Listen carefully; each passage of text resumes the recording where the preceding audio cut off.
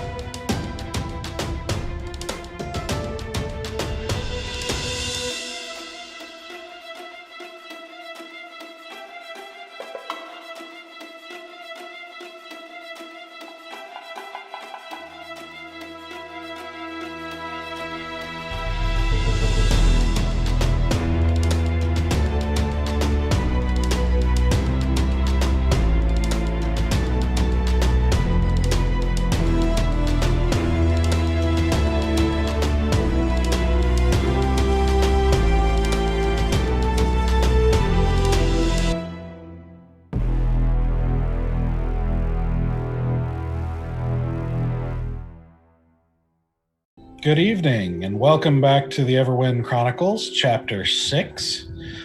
You may notice it's a little different this week because we are all broadcasting from exile and trying to stop the plague so that we don't, fail our saving throws on disease.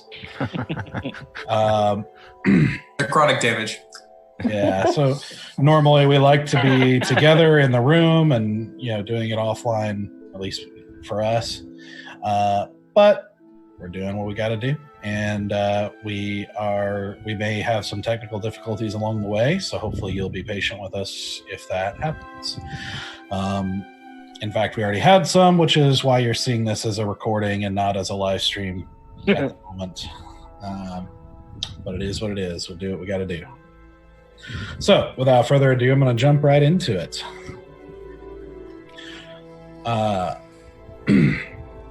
Duke Slayers. It doesn't exactly roll off the tongue, and it isn't as grand sounding as many titles from the stories you may have heard. But to thousands of people in the Kingdom of Corandia, it's very meaningful, even if they don't yet know how, whether that's good or bad.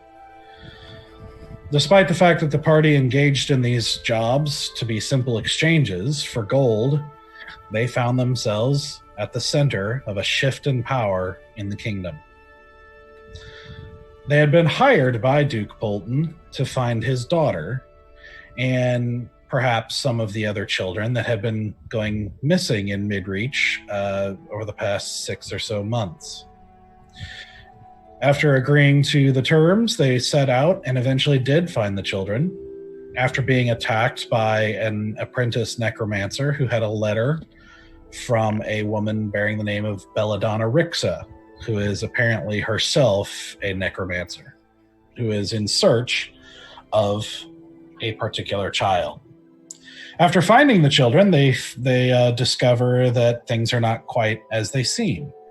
The kids had indeed been kidnapped, but it was not so straightforward as that. Some peasants came across a lost girl in the woods, and one thing led to another, and they ended up saving her and her brother from an abusive situation.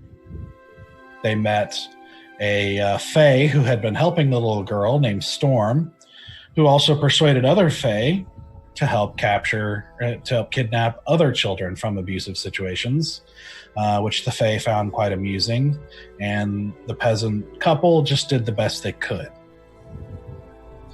But after hearing their stories, each of these children from an abused situation, they decided not to return the children or complete the mission exactly, and decided to confront Duke Bolton about these alleged abuses.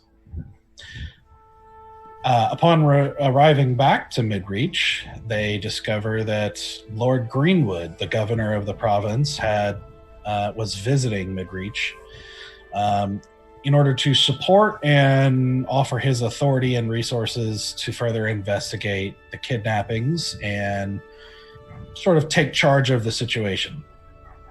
After a very public confrontation in the square, where their abuse is revealed through the use of magic. The Duke panics and orders the attack of from his soldiers to the party and Greenwood and anybody else who would stop him from getting away.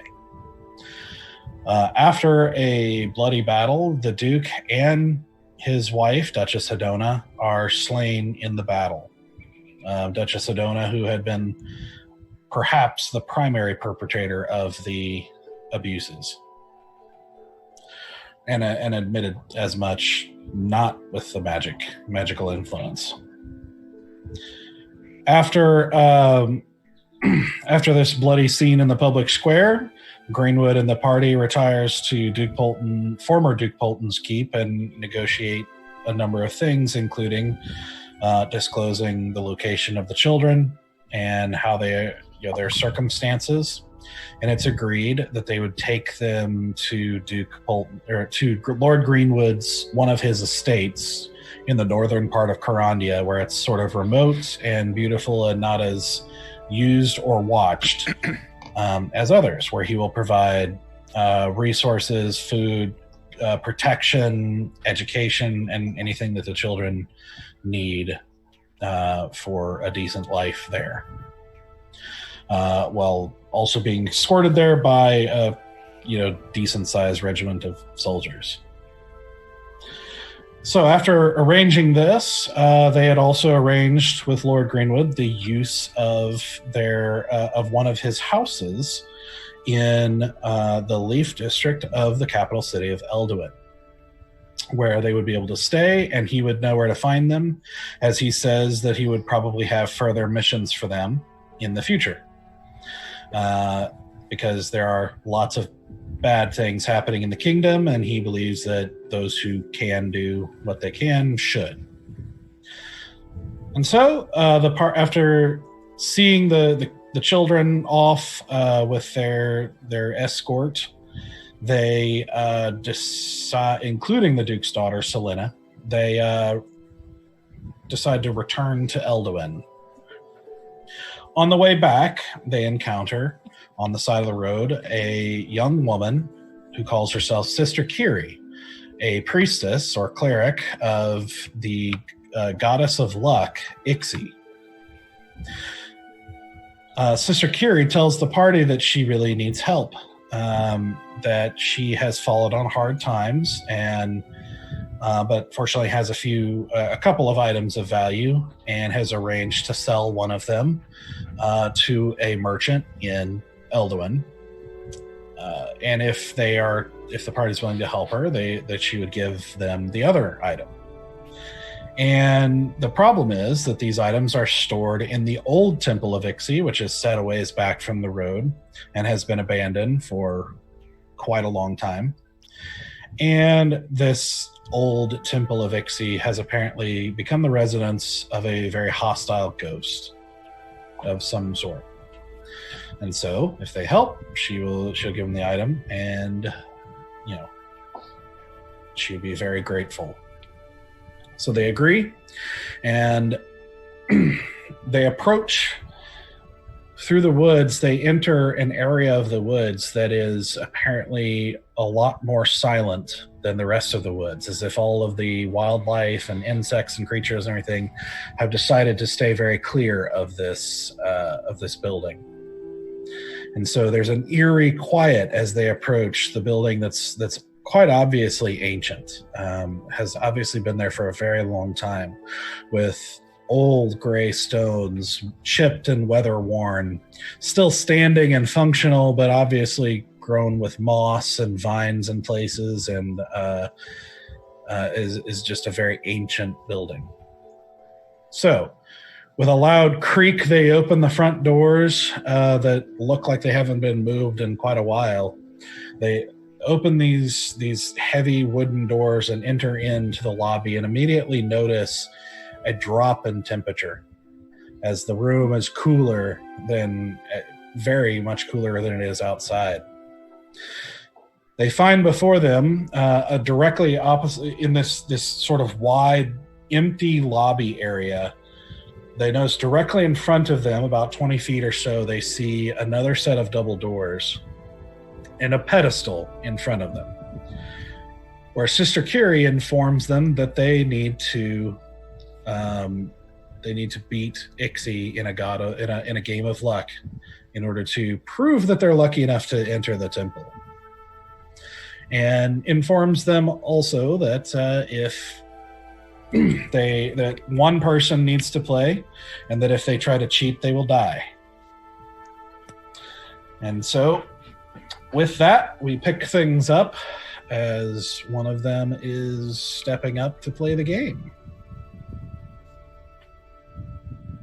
Bear, that's you. Right. So, is that? Okay. Sure. Hold my hat, somebody. No, that's your lucky hat. Keep it down. Keep it down. Hat. Right. Oh, okay.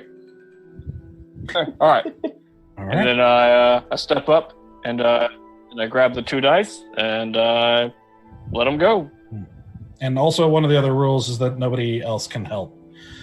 I should also explain real quick that the rules of the game are fairly simple. I will switch it over to show on the screen here. So what you'll see is in this pedestal, there is a pair of dice, and along the back of the pedestal are 9 tabs, like stone tabs with a number carved in each of them. Sister Curie had explained that, and Stoic was actually familiar with the game and how it works, that you roll the pair of dice, and then you can put down a number that corresponds either with the dice added together or each individually. And so you're trying to knock down as many tabs as you can, because each tab will be added up together at the end. When you roll and you can't knock down any more tabs, it will be added up, and that will be your score, and you want it to be as low a score as possible. So with that, Bear, did you roll 2 dice? 2d6? Yes. I got a 1 and a 2. Okay. So you can either knock down a 3 or both a 1 and 2. I'll knock down the 1 and 2. All right. Roll again. After got some a- step back 5 feet.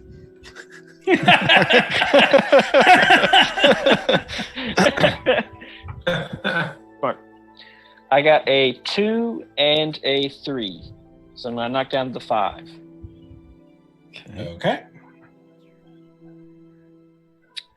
And... Ooh, that's a 1. So I guess I'm done. Oh, wait. Well, you Hold on, rolled let 2 me dice. do that so again. That was a it's 1. impossible. Yeah. Wait, hold on. Okay, 1 and a 2. So... Knock down 3. 3. Yeah. Yep. Mhm. And a 1 and a 2. So yeah, now I'm Ooh. done. How? What is with these dice? That's not lucky. No. Ouch. So that is a... So, Yep. as you finish rolling, you actually see like this sort of purplish mist drift up from Oh, in between shit. the tabs. Doug, I'm sorry. Huh? Nope. I've been rolling the wrong dice. I was rolling my D3s, not my D6s. D4s You you mean mean? D4s? Nope, I have a D3 on this app. Okay. Oh my goodness. Sorry. Okay. I was like, man, those are low numbers. I know, right? I was like, what the heck? Like the worst. That's the worst luck ever. It's like, do I need a roll? What's happening? Okay. All right, we'll do this one more time. Sorry, Yeah, my bad. D6s. The square All right, my ones. Here we go. This is my dice tray right now. All right. Retconning. So it didn't happen. Go for it. Okay. 2 and a 2, so 4. 4. Okay. a 1 and a 3. So I guess I knock out the 1 and 3. All right. A 1 and a 4. So I guess that's the 5. Okay. A 1 and a 2. So you can So I knock can out knock the out. 2. Yeah, I got 1 and 2. So you can knock out the 2, and the 1 will just be. All right, yeah, I'll useless. do that then. Gotcha. Yeah, I'll knock out 2. Oh. All right.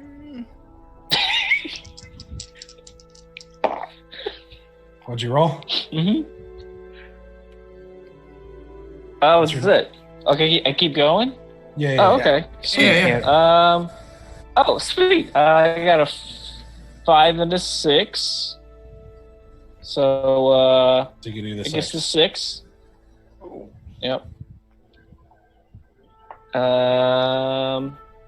Roll again. A 5 and a 4. 5 and 4, so 9. Okay, good. Nice.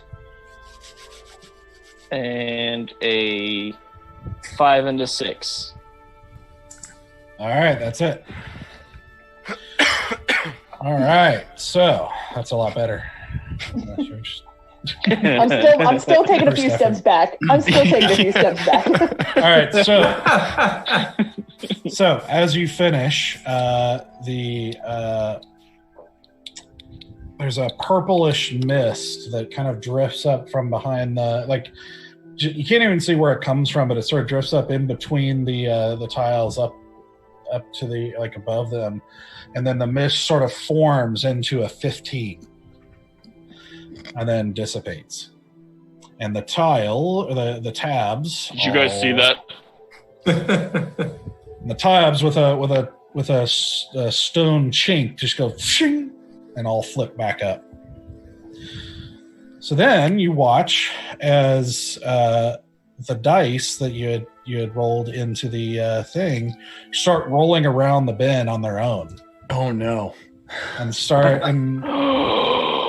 rolling on their own, and then they stop on a 2 and a 3. Then you see the 5 get flipped down. Then they roll again. Okay.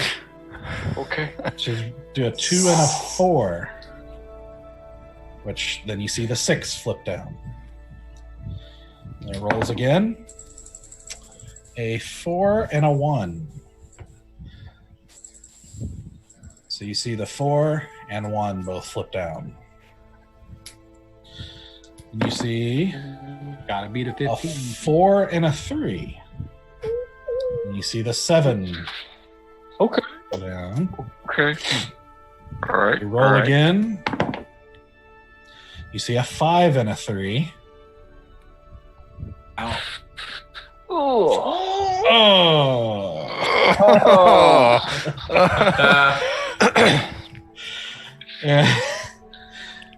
And it just rolls again. 4 and 2. You see the 2 go down. A 5 and a 5. So now the purplish mist Well, drifts up again into a total of 12. And you see I beat it. I got higher than 12, guys. We win. Oh, Now, God. you get Good job. now, Bear, you suddenly get hit with this. It's not a vision, it's not a voice, but it's like this idea in your head. And it's like you just know without a shadow of a doubt, you could try again for a price. Oh, buddy. But I have no idea what kind of price. Idea. It's a gamble. And it would be like, it'd be the whole. Would I start from scratch or would I start from 15? You can try. You don't know, but you get the impression that you can just try to beat her again.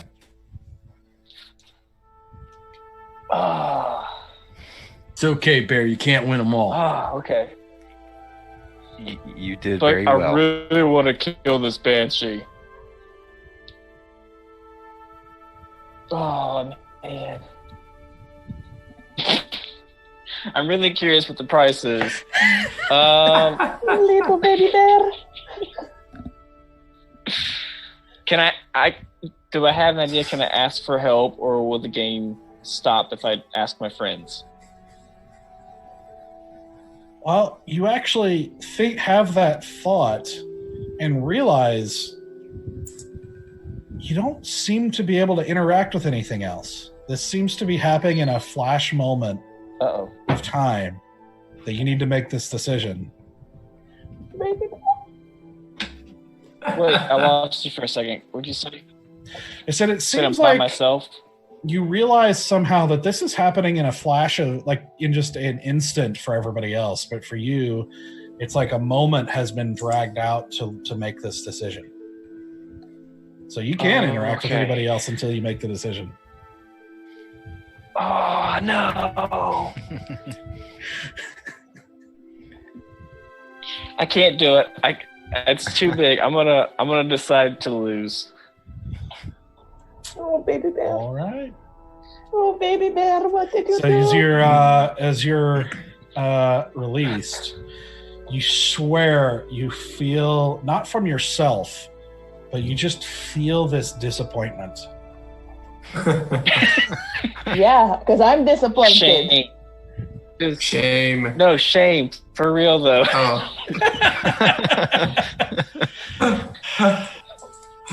Oh. All right. So as you step away, you're released and you're able to step away. And everybody else has seen this kind of take, just seen him lose the game. You just saw the number float up and dissipate. And you hear Sister Kiri go, "Oh, well, that's not good." And we all saw Sorry, them. Sister Is Kiri. anything going to happen? This is to Sister. Bear. Oh, to her? Yeah. Is anything going to happen? Are we in trouble, or is this still, or do we just go again? Well, I don't know. I've never seen anybody lose before. But then again, Well, there's a first But time for everything. I've only been in here a couple of times, and I don't know. Where the priesthood of Ixie is pretty good at this thing, so I don't know. What do you want to do? Is anybody willing to continue to fight the Banshee without? I'll getting take on the injured? evil See what smoke. I happens? don't care. I'll step up and pick up the dice. All right. All right. Evil. So you pick up the dice, and all of the tabs flip back up. Mm-hmm. And what you see is there's a little bit of smoke comes out to the right side as they flip up. A little puff of smoke comes up, and you just see +2. Oh. Shit. Ah. All right, before I Come roll, on. can I cast Detect Good and Evil? Yeah. Let me get a feel for this game. I want to see if this is an evil fey creature that's playing me. Because have I ever heard of the goddess Ixie? Roll a religion check. That's 3 plus not much. So 3 plus not.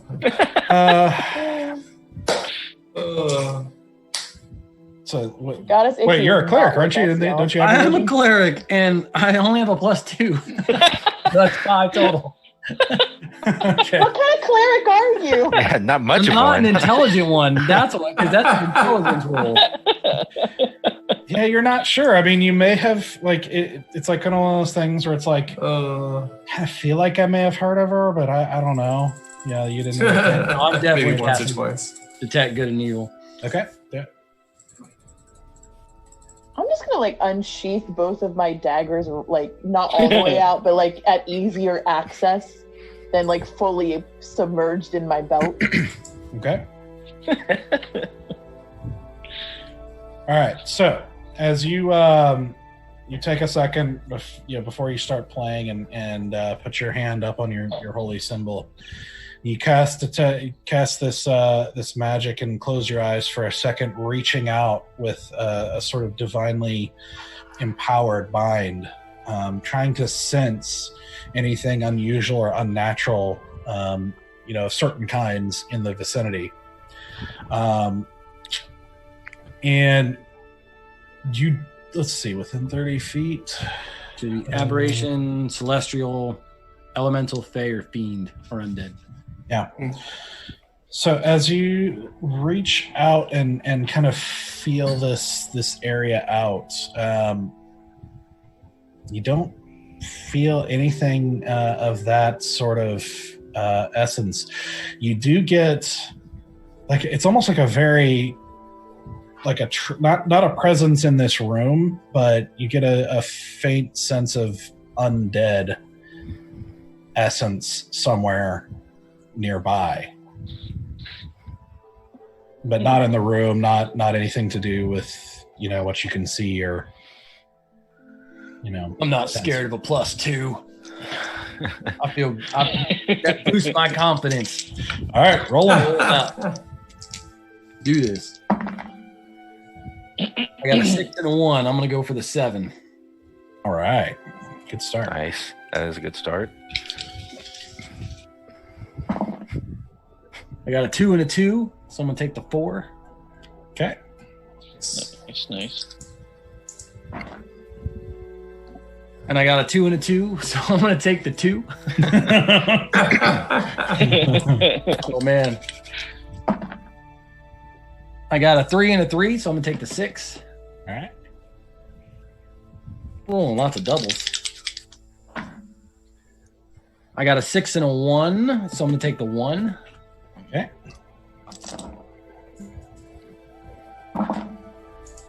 And I got a 3 and a 2, so I'm going to take the 5. All right. Oh, man, I need that 8 or that 9 to go down. Yeah. It's tough, man. Oh, no, I got a 6 and a 4. Oh. I beat you, Bear. I got higher than 15. Oh, man. Not fair. All right. So with that, you see that purplish mist float up again and show you a 20. And the tiles flip back up. So you set the dice down, and again, they start rolling around on their own, coming to a stop on 1 and 2. So it's going to be a 3. 4 and 3. So it's going to be a 7. 6 and 1. So it's going to be 6, just the 6. 6 and 4. So that'd be 4. Oh, okay. Come on. 1 and a 2, so that's going to be the 2. 2 and a 1 again, so there goes the 1. Come on. A 4 and 3. Woo! Hey! All right. I apologize, I miscalculated. Your score should have been 22 with the +2. Yeah. So, but ooh. So, you see this number float up again with a 22. And you get the distinct impression that you're supposed to play again. Oh. You have to break the tie. Uh-huh. Oh gosh. Still a plus You 2? gotta blow on those Now dice. you watch as the +2 disintegrates. Ooh, Now we're okay. back to even. All right, Stoic. Never been so panicked for numbers and blocks in all my life. And I took calculus. Out of the corner of your eye, you hear a little gasp as like you can see Sister Curie is just like leaning forward, just quiet, like just enraptured in this, like just like waiting to see what happens. Roll it up. You see all the tabs flip back up. It's your turn. Well, I think we lost your sound. Sorry, I'm gonna take. I got to roll a 4 and a 3. I'm gonna take the 7. 7.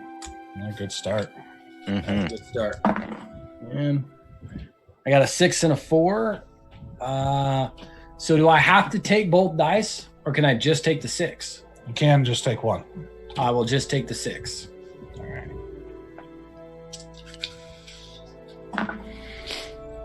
And I rolled a 6 and a 3, so I will take the 9. Whoa, nice. Hey, all right. I'll take that. Uh-huh. That's what you I rolled want. a 2 and a 1, so I'll take the 3. Okay. A 6 and a 1, so I'll take the 1. 4 and a 1, so I'll take the 5. Mm-hmm. Okay. Okay. And I'm out. I rolled double. Come on, Danny. All right. So you see the number float up again to 14. It's not bad. Best That's one not bad. so far. Yeah, that's pretty solid. All right, one more time. The tabs flip up on their own accord, and you see the dice begin to roll around, stopping at 6 and 2. So there goes the 8. Oh, that hurt. 5 and 3.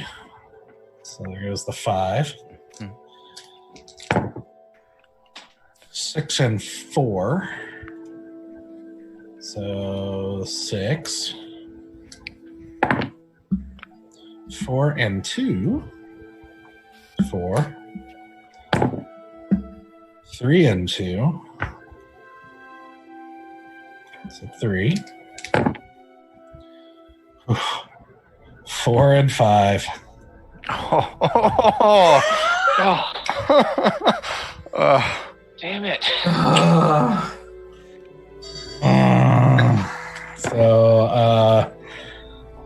And then it's over. And you see the number float up as a 10. Jesus. Stoic, you have a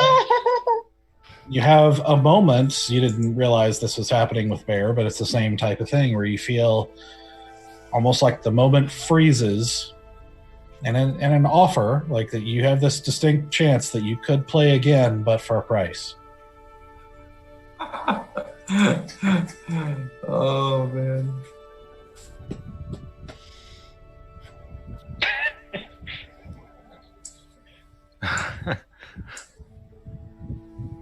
I'm gonna walk away. Let somebody else take it. Okay. I'll walk back to the group and just be like, And once again, rigged. Rigged. so you feel Stoic as you walk away, as you make that decision and walk away. You also feel this profound sense of disappointment.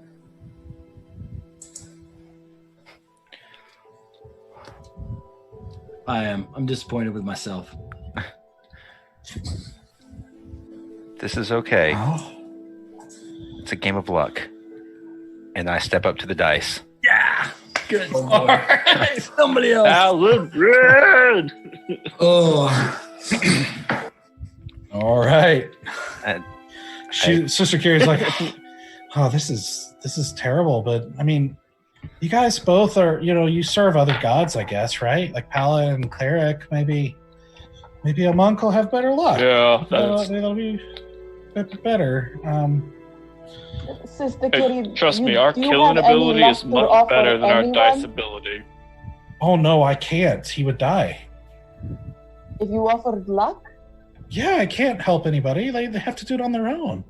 This is between them and But Ixie. isn't that in service of your goddess? Not to do exactly what she says not to do. But is it? Yes. Okay. I can teach you all about her later if you want. I would love to learn more about your goddess Ixie. Well, okay. So I don't know when people first started worshiping her, but it was quite a long time ago. Well, I guess we should do one thing at a time.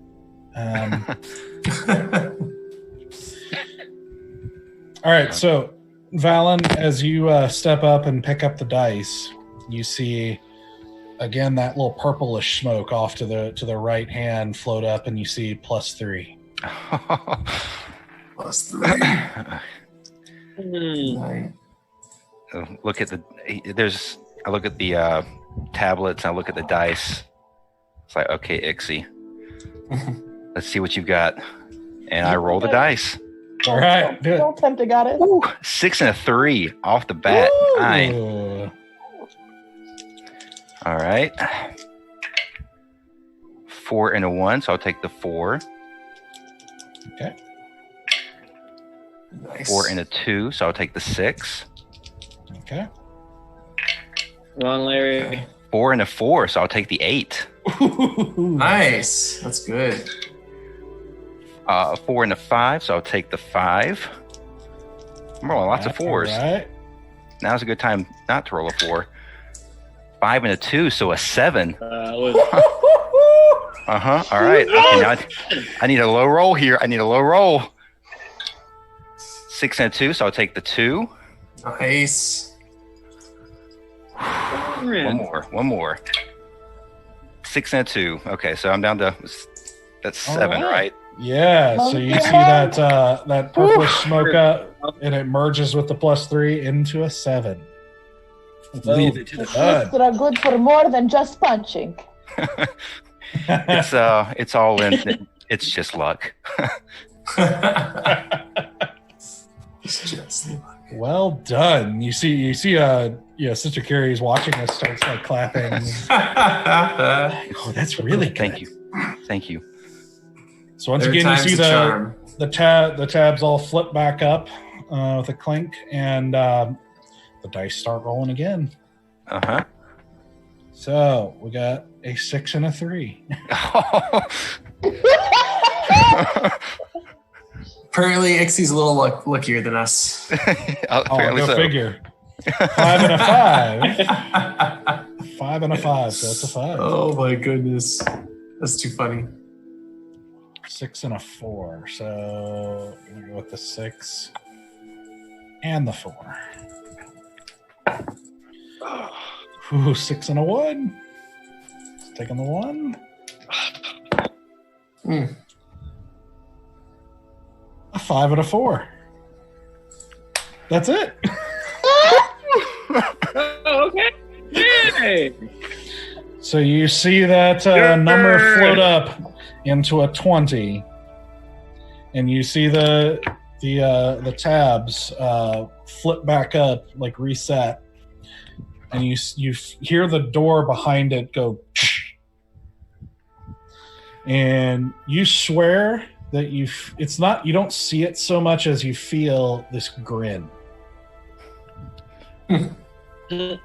Huh. Feel a grin. It's like a Cheshire cat. Sister Carrie's like, "You did it! That was amazing! That was so good! You're so much luckier than the others." Thank you. It really is all luck. It's just the roll of the dice. Well, Yeah. obviously, that was the point of the game. Well, yes. I don't think Ixie's ever had a monk order before. Do you want to start one? We can discuss that later. Oh, We okay. have a Banshee, I believe, to dispose of. Is that correct? Oh, yeah. Right. Yeah, we should probably do that. Yes, one thing at a time. Okay. Yeah, that's a good idea. Okay. Well, I guess we're gonna go fight a ghost. Should we do? Is there anything you want to do before we go in?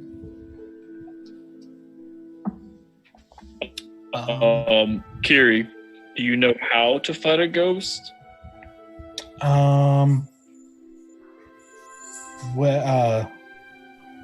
Well, no, I've never really done that sort of thing before. Not really. Okay. Not really my specialty, you know. Have you? And now Ixie give us a bit of luck? Or is that still cheating? Well, I mean, you can. Well, no, that was just for the game. She really likes the games to be fair and just luck based. You can always pray. Monkey Monk, will you pray for some lucky luck? I don't want to get near that. Sister, have you ever communed with Ixie? Oh, all the time. What? I mean, I'm the only one here at my temple, so I talk to her all the time. And what kind of personality would you say that she has? Oh, well, I mean, we're not. It's not like that. Like, I pray a lot. Does she ever speak back to you? Well, not very often. I feel like I've heard some things here and there, especially when I was called, but no, she usually doesn't talk directly to you. She usually is. It's more of like a feeling or something of that nature.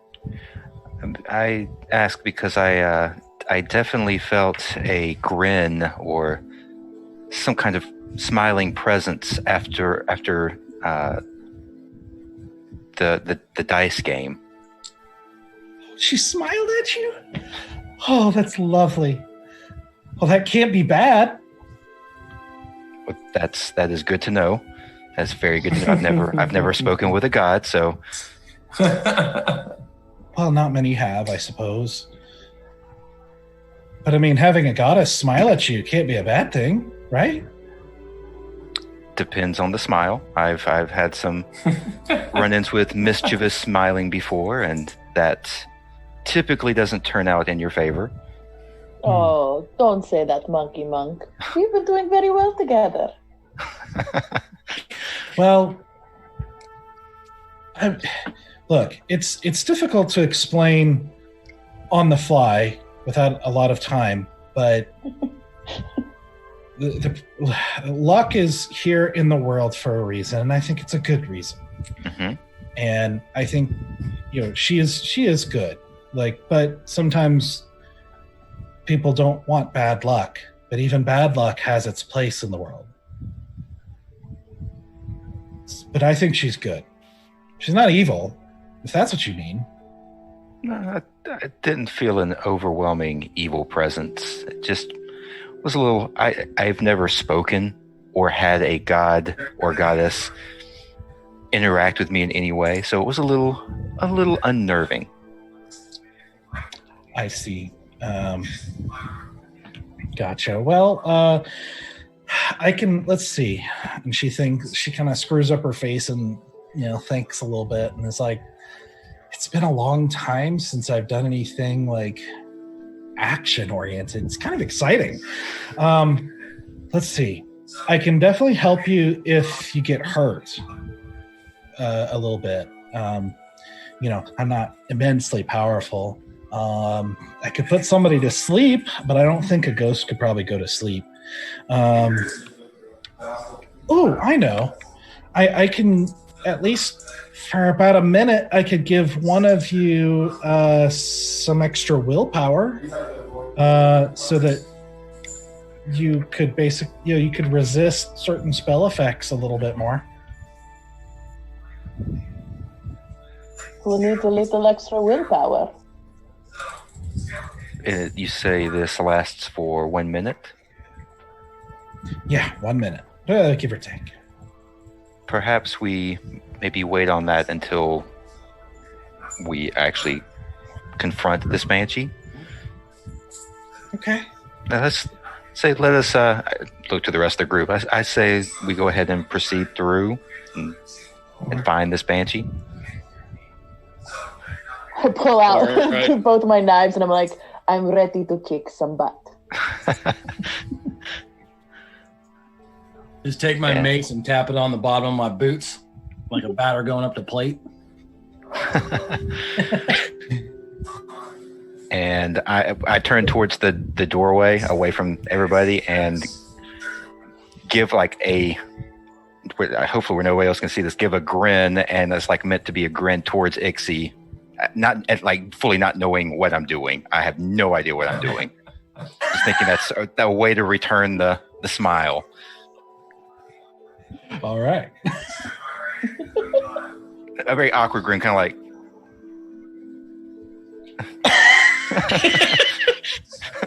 What are you doing?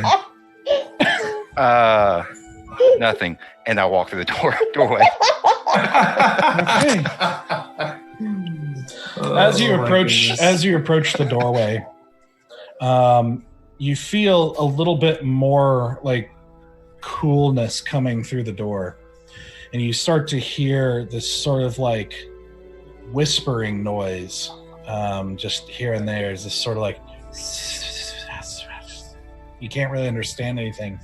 You just hear this little whisper, and as you get close to the door, you realize you can hear through the crack. As the door had popped open when you won the game.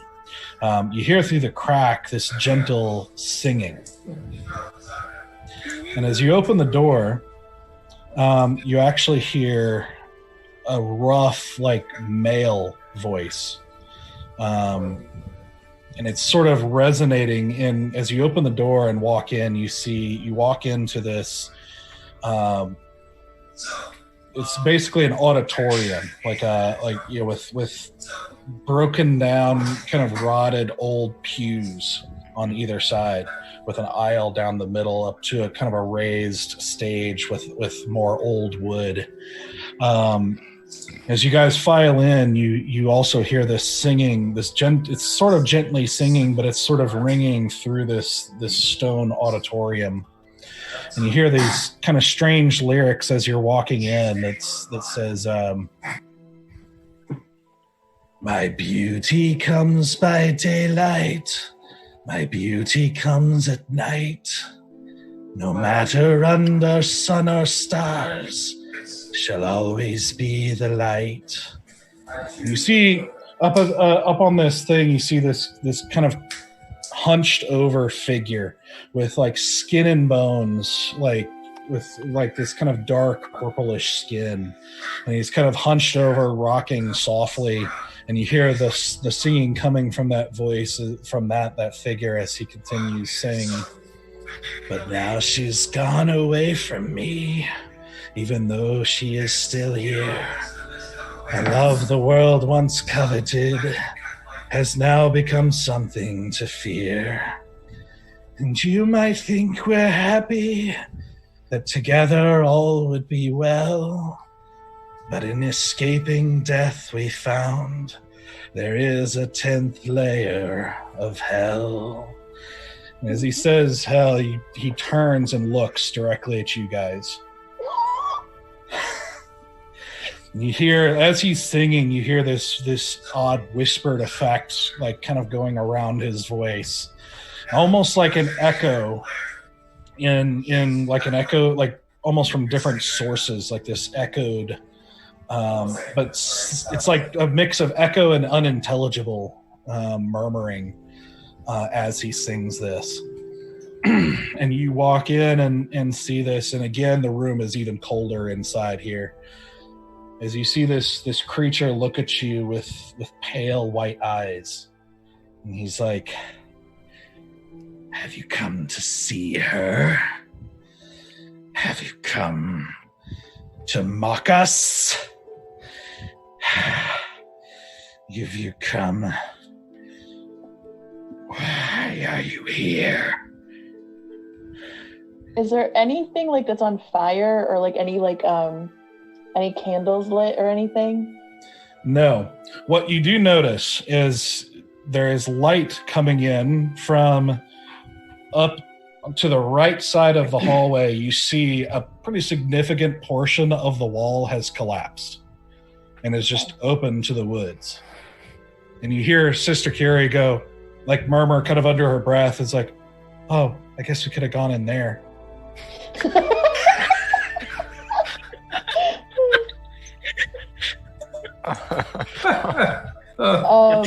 Gary. You had one job.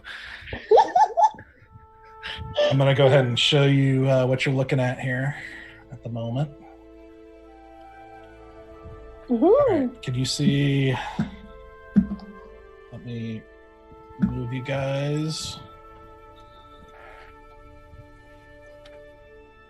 And look how cool our artwork is. We look so good, y'all. I should escape. All right, so. All right. So this is what you're seeing, and this is the creature who is just singing and won't ping for some reason. Right here. This is the collapsed area that's kind of open to the woods there, and you can see while there's definitely shadow throughout the room, it's there's daylight coming in through this, so it's well enough to see pretty well in this area. But you see him as he's starting to rock faster as you're taking this in. He's like, shouldn't be here. Leave us alone. Leave us be. What have the living to do with us? You don't belong here. You don't belong here. Yes. Correct. But either do you. So why don't we leave together? You leave. I won't leave her. Who will you not leave? Who? Leave who? My bride. And where is your bride?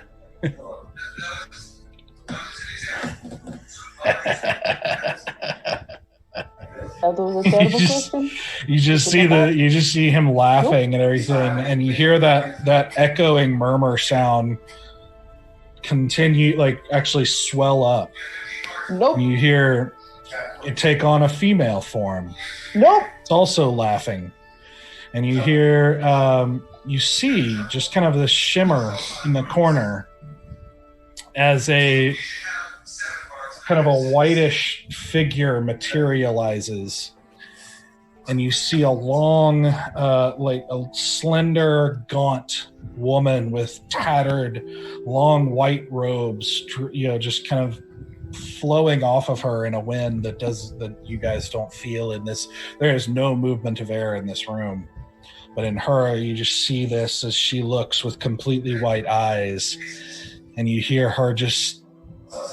Her mouth doesn't move, but you hear a female laughter echoing his. And I'm going to put her right here right here as she appears in the corner. And I want everybody to roll initiative. Oh, okay. Oh. All right. This is happening. Because you asked where she was. I did. And I received my answer. Fire off. Unfortunately. Now we can't hear music, so Anthony, if you put on the battle music, if it's playing right now. Yeah, just do that for the whole battle. If you would, Daniel. Awesome. And then it's like bam, bam, bam, bam, bam. All right. Ding, ding, ding, ding, ding, ding, ding. Yeah, not quite. I am kind of digging his gallery view, though. All This is right. the story. Adventuring party. Who met ghouls in?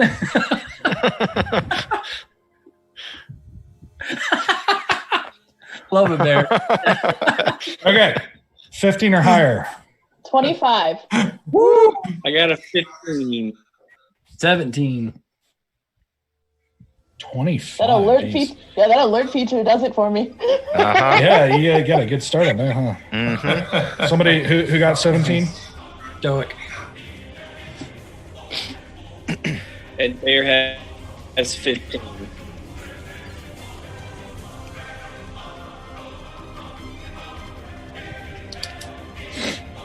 Bear has 15. Yep. Okay, 10 to 15. 11 for Valen.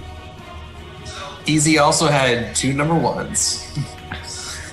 So 11. That makes 11. Okay. Makes 2. Which one of you wants to go first? I go ahead and go first. Yeah, he go first.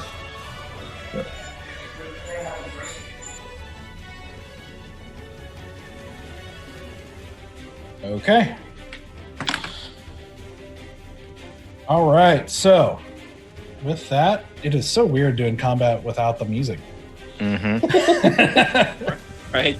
Not my fault you can't hear the music in my head. That's okay. The listeners will hear it. Okay. So, Ashura, you are up first. Alrighty, dear friends. I'm a bust out. We'll see. How far away am I at from this guy right now? No. All right. Okay. So, this is to scale here. I don't know Okay. if you can see it on your tool. Be careful about doing it too much because we can see it too. But you'll see there's like a little circle with a ruler on it on the toolbar on the left. It's like the middle tool. Yep. Yeah. I think you should be able to click that and drag it to be able to see how far away you are from any given person. But it should be to scale. These are all 5-foot squares here. So Awesome. Then I want to use my longbow all right. and attack my creepy little dude who's been hunkering down in the center of that altar space. Go for it. All right, that's going to be a 15. Oh, that's going to be 15 plus 2, so 17. That hits. Alrighty, and that's a 1d8. Nice.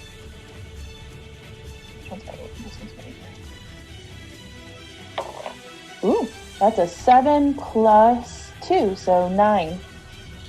9 damage. Nice. And do I get an extra thing because of assassinate? Because he hasn't moved yet? I believe so, because he hasn't taken a turn yet. So Which one? I always forget which die is my assassinate die. Is that an extra 1d6? I believe it's hold on. Sorry, I'm on the computer system, which is actually harder for me than was using my iPad.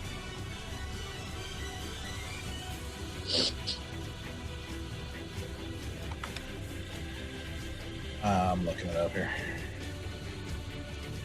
Alright, so you have advantage on attack rolls against any creature that hasn't taken a turn in combat yet. And any hit you score against a creature. Oh, no, it's not surprise. So, never mind. Okay. You get advantage, so roll again. Okay. Nat 20. There you go. That's why you roll again. So then So do I you're- need to roll damage again, or do I just take the same damage and double it? So you're going to roll damage, and you have your sneak attack, because you get sneak attack anytime you have advantage. Oh, so that's 2d6? Yeah. So roll your damage and your sneak attack, and then double it. All right, so that's going to be 6, 6, and 1, so that's 12, 13 plus 2, so that's 15. So that's 15 total for the dice. That's 15 total for the die. Schmeagle doesn't feel so good. So double. So double to 30. Yes. Ouch. I'm getting used to all my new skills. That was actually it's one of my old skills, but I always forget how it works. Very nice. So you step forward and you let loose this arrow faster than anybody else. Any of you have seen her move so far. You see her just in one sweeping motion pull out her bow and pull out an arrow and let it loose with hardly any aim time. and this bolt goes through the really still air. You actually hear it a little bit louder than you normally would, as you see it just go straight into the throat of the ghoul, and you hear it. And you see it kind of grasping there, and you see blood just start like this kind of. It's like it's pouring out, but it doesn't seem to be quite as liquid as normal blood. It seems to be thicker. Yeah. But it is starting to pour out in a decent quantity here as you've hit it really hard. Love it. Yeah, I did. I would like to then get my butt over to the queue that's up close to. How do I ding? How do I like ping for you? So make sure the air, like in the toolbar, if you click the mouse arrow up there, click that, and then you just hold down on the map somewhere. I'd like to go there. And I'd like to go into stealth if possible. Yeah, you could probably crouch down behind that. Do I need to roll stealth check? Yeah, roll stealth. 15? Oh no, that's plus my modifiers. Oh, I always forget about this. So it's stealth. Oh, I'm totally fine. 16, 17, 18, 19, 20, 21. 21, good to know. All right. Okay. Nice hit. Whee! Big. Nice. Did it. Okay, so next up is the Banshee.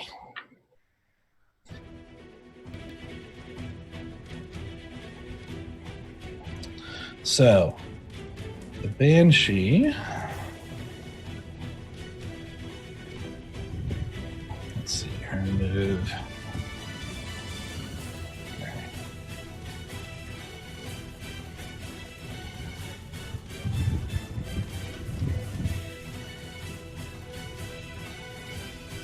Alright. So, she moves to right about here. And that. Hi, Banshee. You're my favorite monster.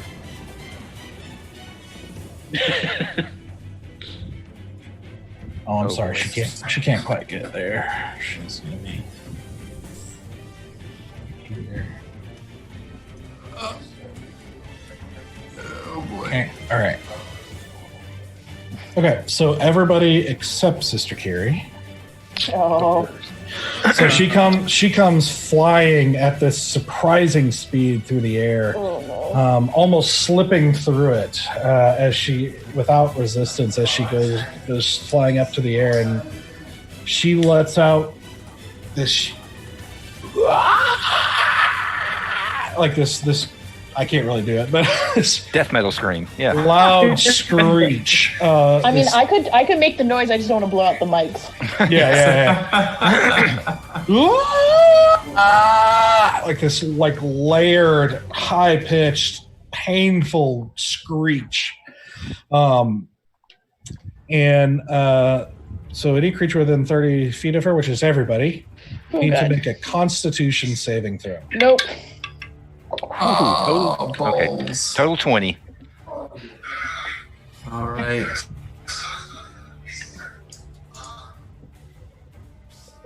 Okay. Okay, so Valen was 20. Yep. Bear,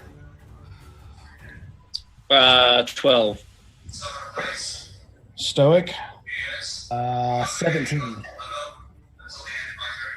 Asura, 13. easy. 5.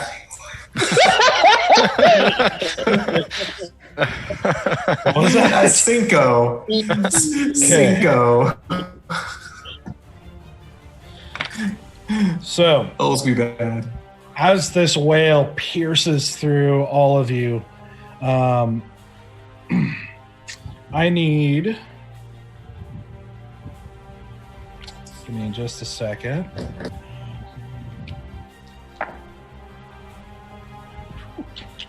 All right. So the successes, happened? Asura, Stoic, and Valen, you each take 13 points of psychic damage. Oh god. Oh no. Ooh. Yo, I'm not doing great already. As you just feel this wail just overtake you. It's just overwhelming. It's like there's nothing else for a moment but this sound that's just kind of going through you rather than just into your ears. And you just feel your mind just in just searing pain as you're going through this, as you're feeling all of her anger and all of her sorrow and all of her despair just racking your brain.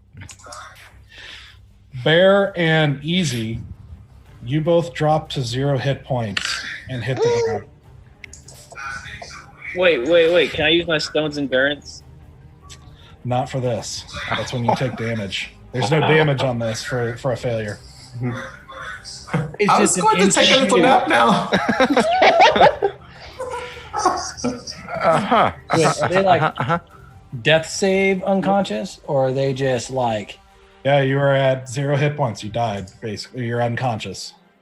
Ooh. Yeah. Oh, We can clarify boy. that because there are some that will make you die right at that moment. So unconscious. Okay, that's good. That's good. Yeah, so we're gonna mark you. Oh god. Who had the like one healing potion we got? I still have the one healing potion we still have. Okay, and you're still up, so that's nice. Okay. All right, so that is the Banshee's turn. Stoic. Well, that changes my plans. So,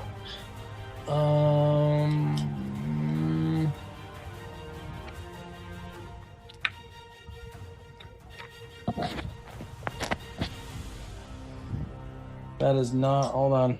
I got some spells as a bonus action, so I got to see what's my bonus action.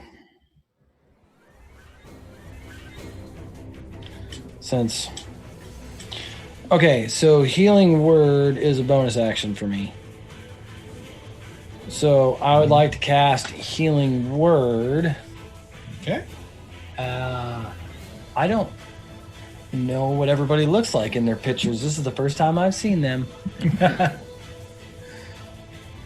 So I'm the one with the red stripe in his hair. If that helps at all. oh, okay. They're marked. They're marked here. If you All right, see the so little mark I'll use down there. healing word for Valen. Bonus action That's bear. or bear? Bear. Yeah, use it on someone who's down. Yeah, well, that's what I'm gonna do on bear. Hey. Yeah. Okay. So Sweet. So you go 5. So you move about 10 feet to get over there to him. well, healing word is a range spell. Oh, okay. That's why I was using that one on him, so I didn't have to move.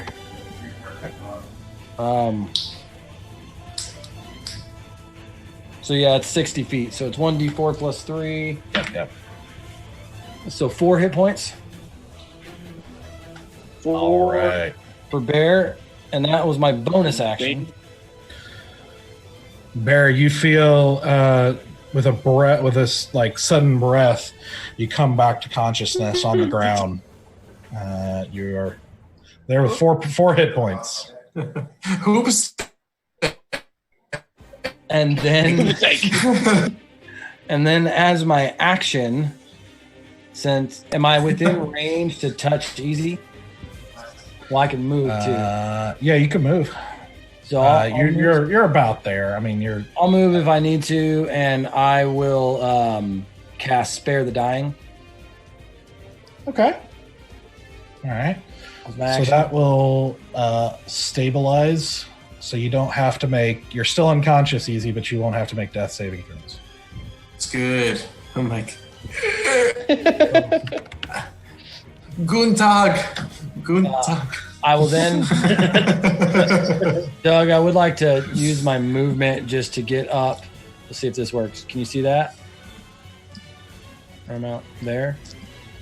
Yo. To here. Yep. All right. Just to kind of put me in between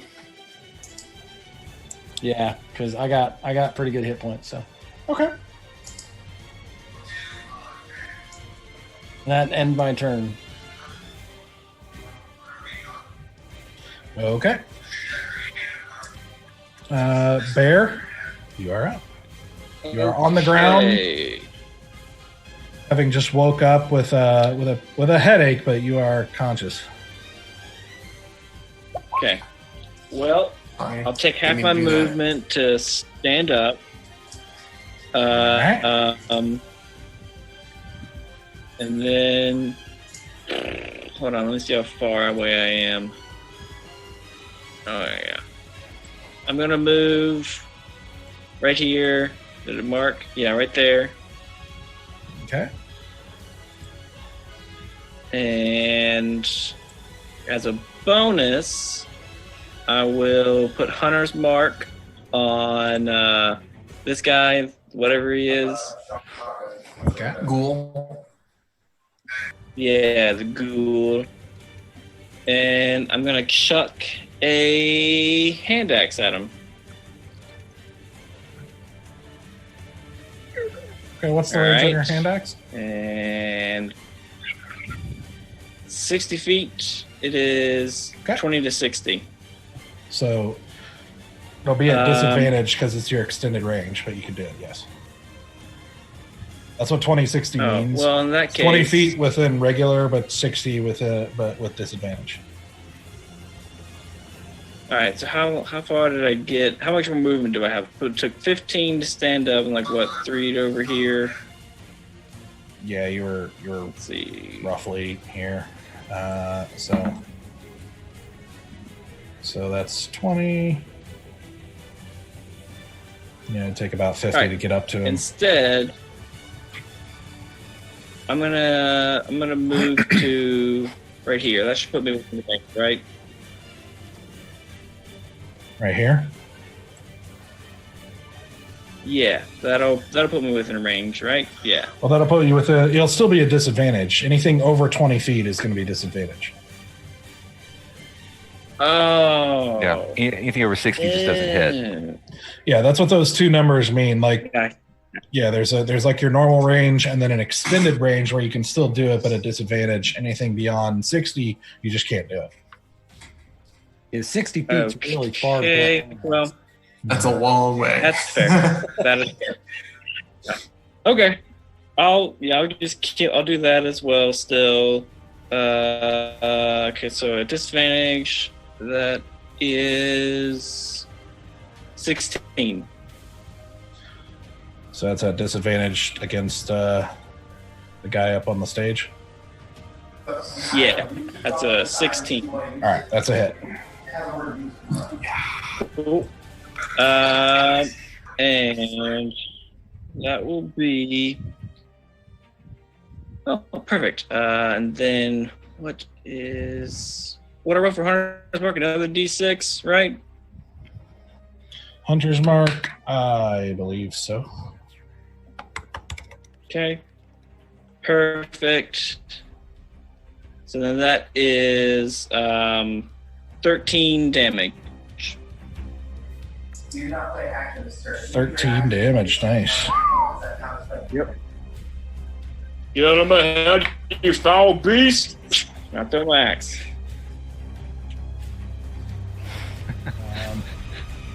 All right, so you managed to lug back and take a huge kind of arced throw in this axe, and planting it right as it's making all these noises and grasping at the arrow in its throat. You just see him just go as this axe hits him right in the chest and sinks in. And you see him kind of stumble to a knee for a second and everything, and he is taking some pretty serious damage here. He is looking not all that great. Good. So have we. All right. Okay. Is that it? Yeah, that's it. Valen. All right. So I'm going to move up to our Banshee friend and Let's see. go ahead and swing away with the quarterstaff. The old tried and true. You're going to have to move around and jump over a pew. Would you make an acrobatics check real quick? Sure. Punch that ghost in the face. Oh, no, wrong thing. Sorry. Here we go. Acrobatics. 24. Okay, no problem. Yep. So with one swift motion, you come up and over the top pew there, just like smoothly, like parkour. Yep, and, parkour. Just coming up onto the ghost and taking a shot. Go ahead, Yep, roll. swing away. That is a 19. That hits. And that is 8 points of damage. All right. And then I will go ahead.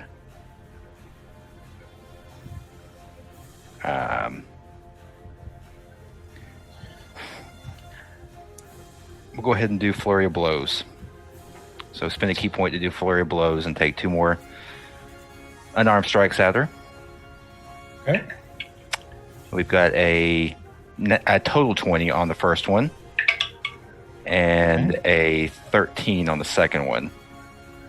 Okay. Just barely hits. Both of them hit? Yep. Sweet.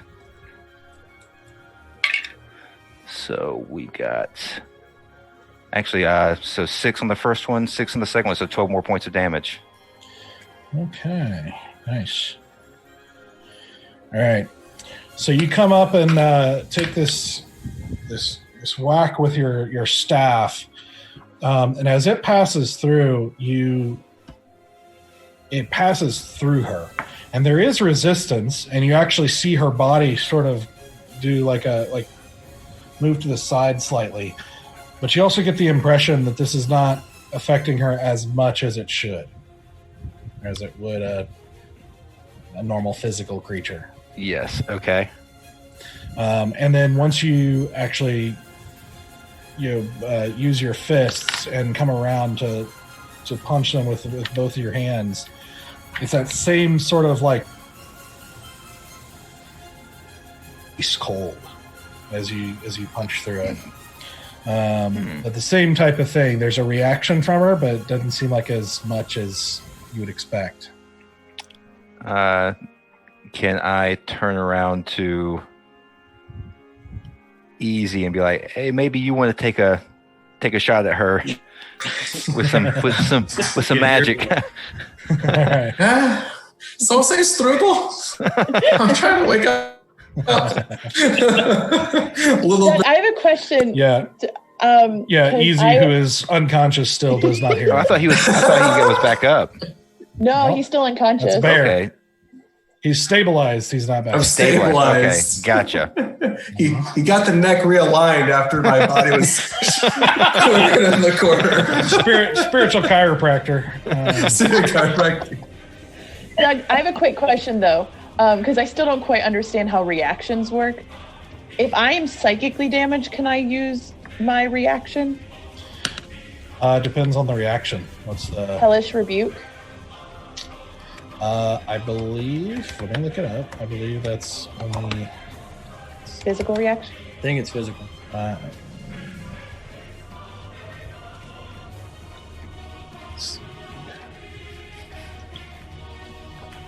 It's a reaction? Yeah, it's be in my looking list through of the wrong- reactions. It's your tiefling thing, huh? Yeah, I'm a tiefling. Looking at the wrong hellish rebuke, so hold on.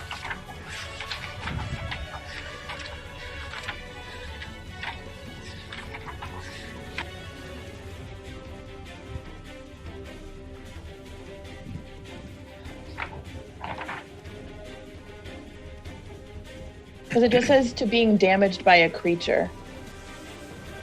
But it doesn't specify what.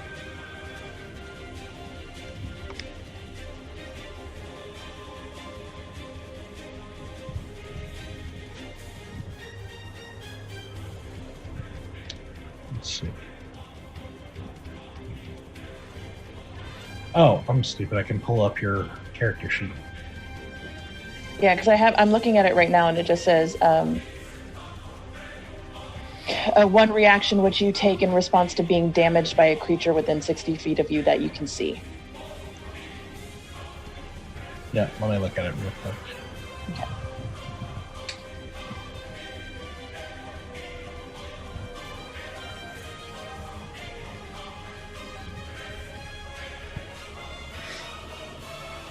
This battle is brought to you by who are the two people hosting us? Well, no one now because we're recording it, not They should streaming still it. get a call out. I think. It's awful nice of them. They try.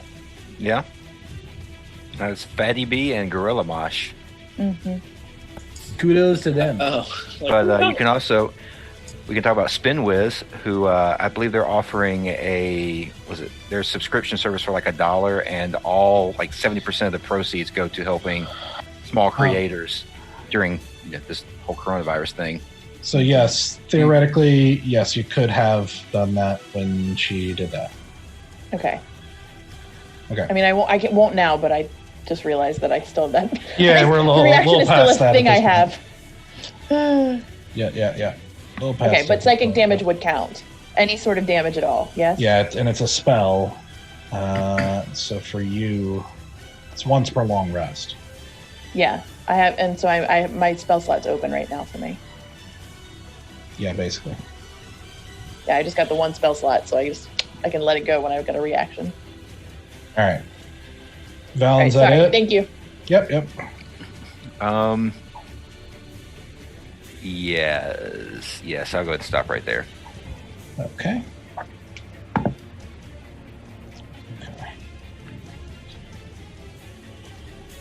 Okay. Easy is down, but you don't have to do a death saving throw because of the Spare the Dying. So there's nothing for you to do at the moment. Yeah. I'm all tuckered out. I'm just taking a Hopefully load off. our little friend here is going to help you. All right. So now Sister Kiri is up. Can I at least make a roll to see like how I look, like my hair and stuff like as I fall on the ground? I just want to look really good. Sure, it looks fine. Oh, okay. I was gonna. Okay, Sister Kiri is gonna walk up. She's gonna run over, and let's see. I just did roll the stat on roll 20, and I rolled a natural 1. I look hideous. Yeah, I look weird. terrible. What's crazy is your hair actually fell out. It's not a good look for you.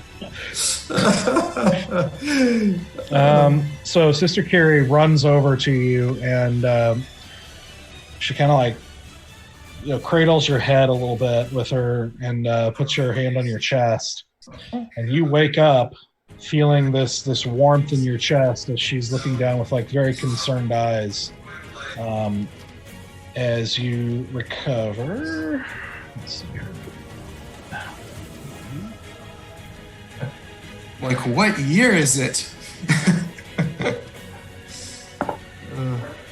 Oh, you get 12 points back. Yeah, buddy. Nice. Fantastic. That was a big healing word. Or cure wounds. Yeah, buddy.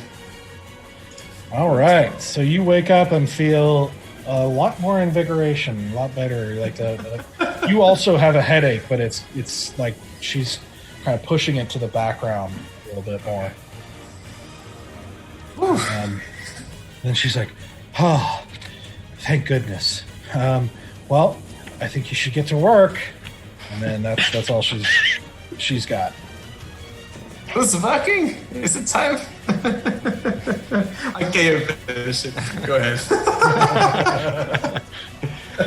All right, so now it's the ghoul's turn. Yeah. So he moves with a surprising, jerky, like unnatural speed. he snaps the arrow off of his neck and shrugs the axe in his shoulder off on with a thunk onto the stage, and starts running up to come through here and take a swipe at Valen. Yep. And so he is going to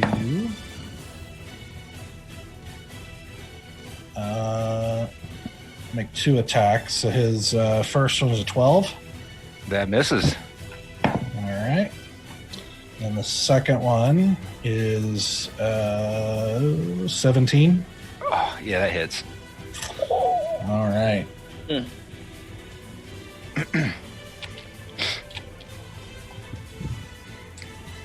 Okay, I need you to make a Constitution saving throw. Fun times. All right. Total 20. All right. Rolling pretty well so far tonight. So he runs up, and with this kind of big overhand slash, he first tries to bite you, and you manage to dodge out of the way. But then he takes his claw and slashes down the front of your chest, and you take 10 points of slashing damage. Whew. And then you start to feel sort of like this creeping feeling from your chest as you feel like muscles starting to lock up, but just through like this reactionary muscle memory, mental memory sort of training that you've done, are able to just use discipline in your mind to just will your muscles to keep working. You're able to shut it off. All right. Back to Asura. Whew, okay, so am I seen by anyone right now? Like, no one knows where I am yet, right? You don't know? Because I'm hoping I can use sneak attack again, because I'm invisible again. Yeah, from a hidden... Also, I have friends within 5 feet now, but also I just want to make sure. I'm within 5 feet of both of them, so... All right, so the Banshee does not. The Ghoul rolled a nat 20, so he sees you, or he knows you're there. But the Banshee doesn't know I'm there. Right. So okay, then you would get advantage on an attack against her. Then I'd like to roll. I'd like to use my longbow against the Banshee. Okay, go for it. First roll. Second roll. So that's going to be a 16 plus. What's my longbow? 16, 18. Yeah, that hits. Right, and so that's going to be 1d8 plus 2d6.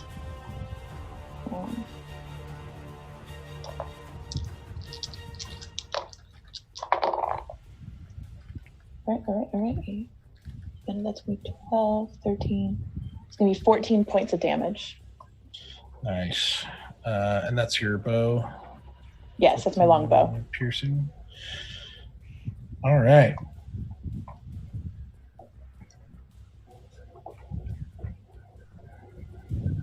Give me a second to math real quick. Of course. All right. So you pop up real quick and let go loose another arrow, and you see her as she's got her eyes on Valen. You just see her chest kind of move to the side as the arrow passes through her. Once again, getting that kind of same impression Valen had of like it's doing something, but not as much as you would think. Okay, then I would like to use my movement and my bonus to dash. Okay. How far can I dash with my movement? Well, movement and dash, you'd get 60 feet. Yep. Oh wait. Why can't I use your ruler thingamabob? It like does not want me to do anything. Okay, whatever 60 feet of like getting somewhere. Let's see. Like over here. Sure. Let's see. Honestly, you could get over there without even dashing. Oh. I'd make you do a well, then can I get over there and then do? Pardon? Well, let's see. 5, 10, 15, 20. So you can either make an acrobatics check to jump over the pews and get there without dashing, or you can use your dash to get there without, like to walk around the pillars and everything to get there without the check. I'm sorry. Could you repeat that? You went momentarily soundless. You can either jump over the pews, which would be an acrobatics check, and get there without. If you succeed, get there without using Dashing. your dash. Or you could use your dash and get there without a check. I'll just use my dash and I'll get all the way over there and hunker back down again. Okay. You won't be able to hide, but you can get over here. Okay. Because you used your dash, so yeah. Yeah, because I couldn't do. Yeah, because I could either do it and then try to do another stealth or just run. Yeah, your hide or dash So yeah, so I just book it over there. okay. All right. So now it is the Banshee's turn. Oh boy. Let's see.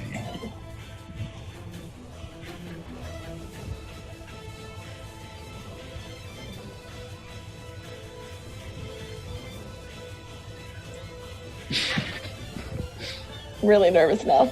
I angered the Banshee. Why are you nervous? I'm the one standing beside her. Oh, Right. Alan. She looks at Valen and reaches a hand forward and is just like, "Join us." Oh, fun. So Say no. Well, what save am I making this time? it's a roll to hit, so it's a 19 to hit. Yeah, that hits. Alright.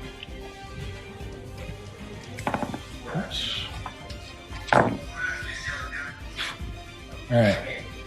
So that's 16 points of necrotic damage. Oh god! I had exactly You 16 hit did? points. Oh, you're down. Oh. So you feel you see her reach forward and grab your shoulder, and you just feel your very life being sucked out of your body as everything starts to grow cold, and your vision slowly blacks out, and you all see Valen hit the ground. Yeah. Oh. I thought we were supposed to have luck with Ixie.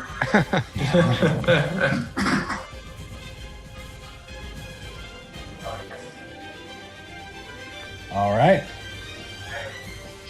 That is. Well, let's see. She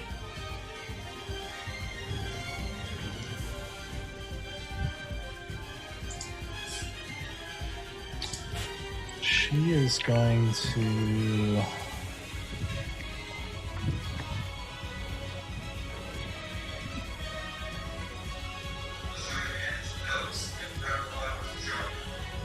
Okay, so she does this, and you watch Valen drop to the ground, and then she turns, and almost like it's weird. It's not like she does a full rotation.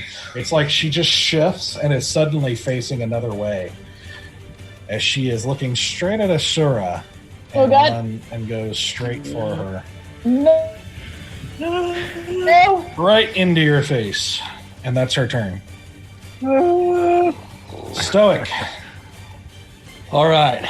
So I'm going to run up to Valen,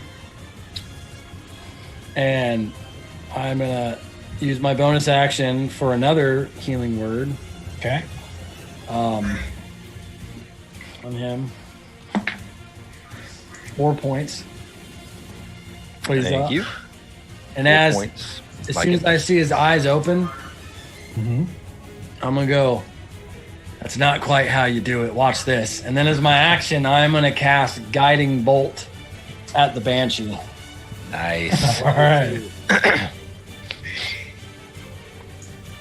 So you feel that warmth as you wake up to see suddenly to see the ogre, the Banshee gone, and the ogre standing over you with this warmth passing through you as he says these words and then turns and lets loose this bolt of divine energy. What'd you roll? Hold on, I'm checking what it is at level 2. At level 2, it is 5d6. Hold on. Woo!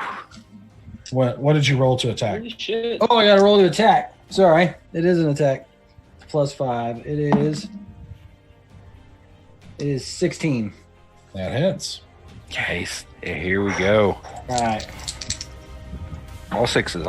Come on. So keep track for me because I don't have 5 of them. So I got 3 and 3, 6. 2 and 1, so 9. Yep. One more die. That one's on the floor. The 4. So that's only 13. All right. I was hoping it'd be more than that. Hey, but that's advantage on the next attack on it, right? I believe so. Yes. Yep. Very nice. Is So that you everyone watch has as- advantage or just him? The next attack on the Banshee has advantage. Ah, gotcha. Thank you. So you see him turn and let this say what he said to you, and then in turn lets this bolt of divine energy that again in this really quiet room you're hearing this louder as it's as it arcs toward the Banshee, hitting her in the back as she's looking at Asura. Asura, you see as this horrifying woman is in front of you. You see her body suddenly strangely light up with this yellowish whitish energy as she just as she pretty clearly reacts to this, and it seems to be having full effect on her. Hit her with magic. Mm-hmm. As she recovers after a moment and still going. So, is that all you're doing? Yeah, that's it. Bear. Okay. Perfect. First, as a bonus action, I will cast Shield of Faith for Asura. Give her +2 to your AC. Cool. Yep, and it lasts for 10 minutes. With concentration. 10 minutes. Oh yeah, 10. Yep. Okay. Okay. Then, as my action, I'm a little pissed. So I'm gonna pull out my pike, and I'm gonna run straight at Mr. Ghoul, and I'm going to try and pale him in the head. All right, give me a second. Let me. And Headshot. I don't know if that works or not. That is a 13. Hold on, I'm marking a couple things here. So 13. All right, you ran up to the ghoul. Yeah. Yeah. Okay, 13 hits. Nice. All right. And that will be. Where are you at? 10. There you are. And he's still got Hunter's Mark. Oh, yeah. So that is 15 damage. Woo! All right. So that's with your sword? My pike. Pike. Okay. So you take a running charge at this ghoul who's looking at the fallen body of Val and kind of looking cautiously at Stoic, who just launched this attack at the Banshee. And you take this running charge with your pike and run straight through the ghoul's body, and with a mighty heave, lift it up into the air and slam it back down into the ground where it stops moving. Yeah. Very nice, very nice. That's what we want to do. Yeah, he was pike spiked. There you go. Pike spikes. Or pike. Very nice, very nice. Is that all you're doing? And then for flavor, I'll leave the pike on the ground, pull out my greatsword, and just like stare at the Banshee. Come on, bitch!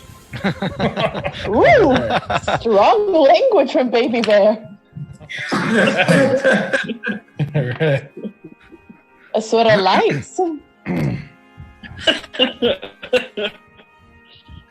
Valen, you are awake and prone.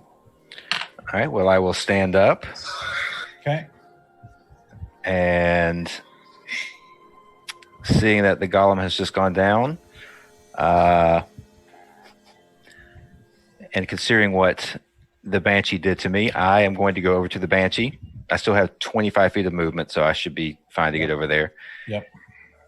And laying into her, quarterstaff, and then I will spend a key point to do flurry of blows. I know it's not going to do full damage, but little testy right now. Your quarterstaff is going to have advantage. That's right. Sweet. Oh, good thing. 14. It hits.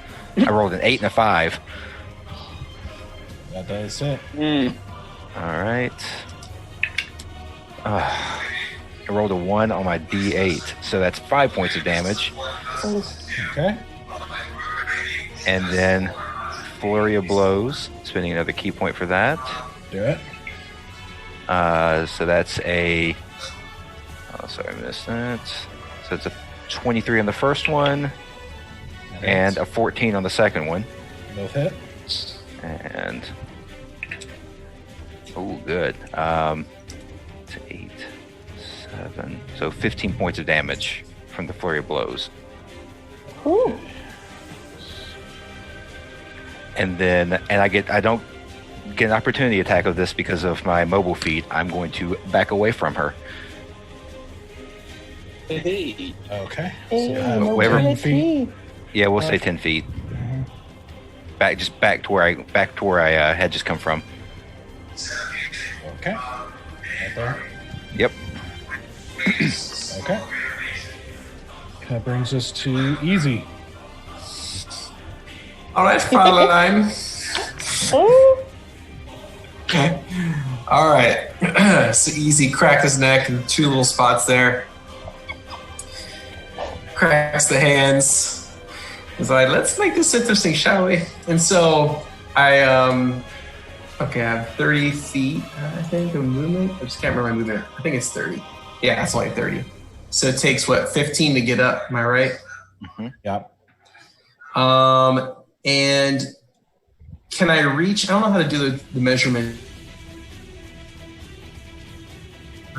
Or bear. Ooh. You've only got 15 feet, right? Left. Yeah, 15 feet. Oh man, they're just out of range.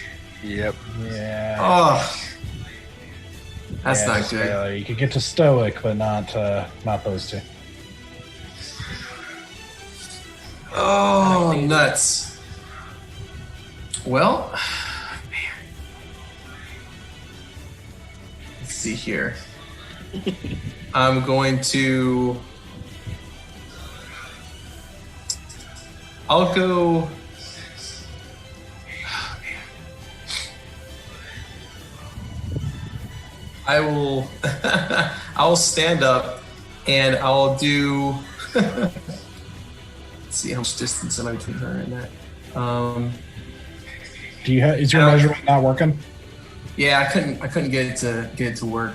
I was just trying to see. It's like all grayed out for some reason. So I'm 36 feet from her. Yeah, roughly. Okay, 36 feet. Okay. All right. So I will cast. I'll stay where I am, and I will cast second level magic missile. Okay. All right. So open up the palm and be like, "You shall sleep forever, Fräulein." And then shut up. It's these 4 shots. So that's 4 d4s. I'll go roll them on roll 20 so you can see them. Okay. Right. All right. 4, 3, 1, and 4, and I add 1 to all those. So add 4. So I got 16 points of, what is it, force damage? Yes, force damage. Yeah, force damage. Nice. Yes. All right. So once again, you hear that familiar dart sound as they like kind of zip through the air in this sort of like slight twisting pattern. 4 of them going straight through her, and you see her very clearly react to this. She kind of like shakes and is like looking around very angrily at trying to find the source of that those piercing. I'm gonna stealth. Going to hide. And you can move, but you can't technically hide. Yeah. I'll walk back about 10 feet. So go further like to here? the top left. Yeah, it's about there. Yeah, Okay. That's about right. okay. That it? That's it. Okay. Now it is Kiri's turn. Let's see, what can she do?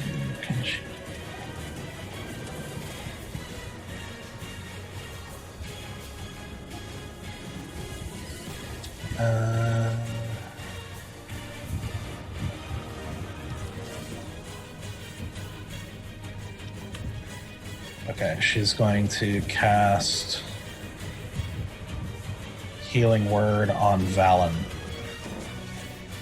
That is very much appreciated. It's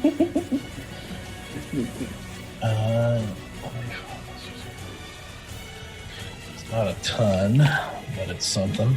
Yep.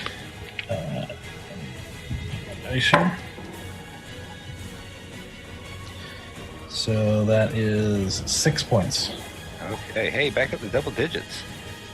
Woo! So with her, you actually see her. What's interesting is you see her put her hand up to her holy symbol and hold it for a second, whispering a quick prayer, and then she actually brings her hand away. So normally when you've seen like Stoic, for example, like there'll be like just this faint glow under his hand as he does his magic. With her, she does that for a second. You see the same thing, but then she pulls her hand away, and the glow actually comes with her hand. And she kind of goes. She does a little flipping motion, almost like she's flipping a coin made out of that same kind of divine energy that goes and hits Valen and then spreads, and you feel that warmth and feel that healing go across her. Okay. Pretty cool. So that is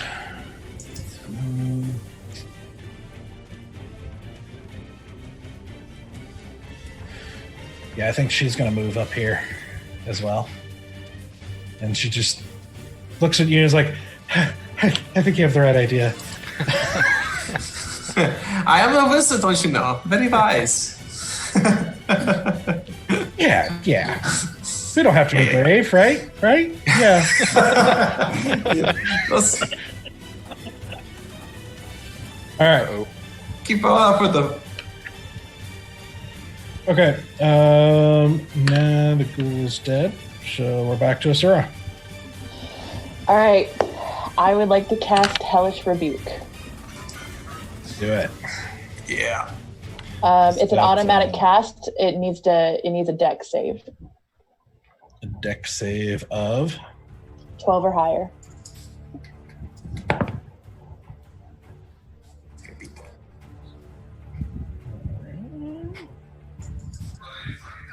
that's a 6. Then I get to do 3d10 of damage. Ooh. Wow. Oh, shit. Okay. That's 10, 9, and a 7. So 19, 20, 21, 22, 23, 24, 25, 26 points of damage. Ooh. Dang, what kind of damage? Fire damage, because it's flame. Oh, okay.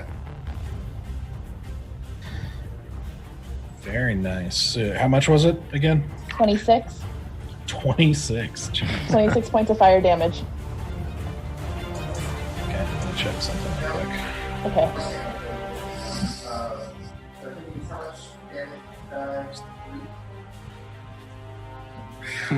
Okay. Easy audibly says, Wunderbar.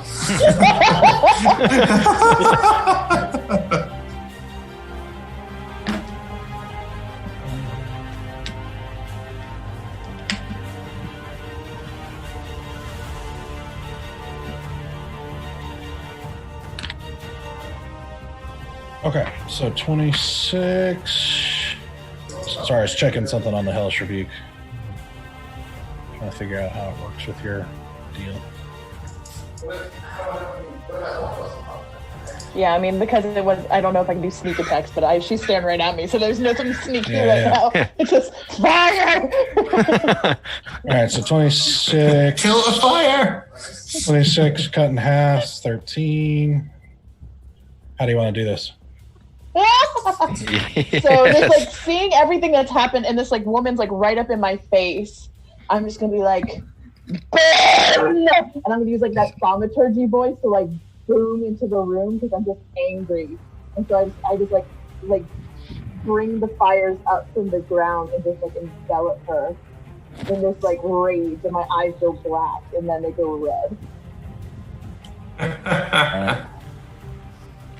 So as you, as the rest of you are watching this, and starting to walk towards to help, you stop for a moment as there's this flash, as a pillar of flame suddenly swirls from around underneath the Banshee and just envelops her completely, and you just hear this like otherworldly, like that same kind of layered, echoey scream, just go all throughout the area as you hear this, and then it's like cut short, and then the flames just dissipate and there's nothing there. I like that. Respect. Cue Ghostbusters music. Who are we gonna call? Banshee Busters. Oh god. Oh god. Well done. Yeah. Well done. It's like patting the like warmth off of my like shoulders. Suddenly it feels so much better in here. So, as the battle now comes to a calm, you see some smoldering from the remains of the pew that was underneath the Banshee there, and there's like some smoke. That's kind of the only sound at the moment, except for people catching their breaths and everything. And but you immediately feel like the atmosphere is a little bit lighter. Like you start to feel a little bit of the warmth returning to the room. And Sister Carrie walks up and is like, Wow. Well, I couldn't have been any luckier to find you guys on the road. That it was you guys. That was amazing. Where did you learn to do that? How did you do the fire thing and like all the bows and stuff and everything? Oh my gosh, that was amazing. It was so good. You're welcome. Lots of practice. Oh, that was... Well, good. I'm so glad. I'm so glad this is. I mean, I know we don't really use this temple anymore, but still, I kind of don't like these things were in here. You know, I don't know. I don't think Ixie's too terribly partial to rooms and buildings, but still, it's in her name. You know, I don't want things like this to be, desecrated or anything like that, or it just didn't seem right. You know, maybe I don't know. Maybe we could reopen it someday. I mean, I couldn't probably, but because I'm just me. But maybe someday, now that this thing is free, we could reopen it and maybe even get more Ixie followers someday. I don't know. I'm probably talking too much, aren't I? I'm sorry. I'm just excited.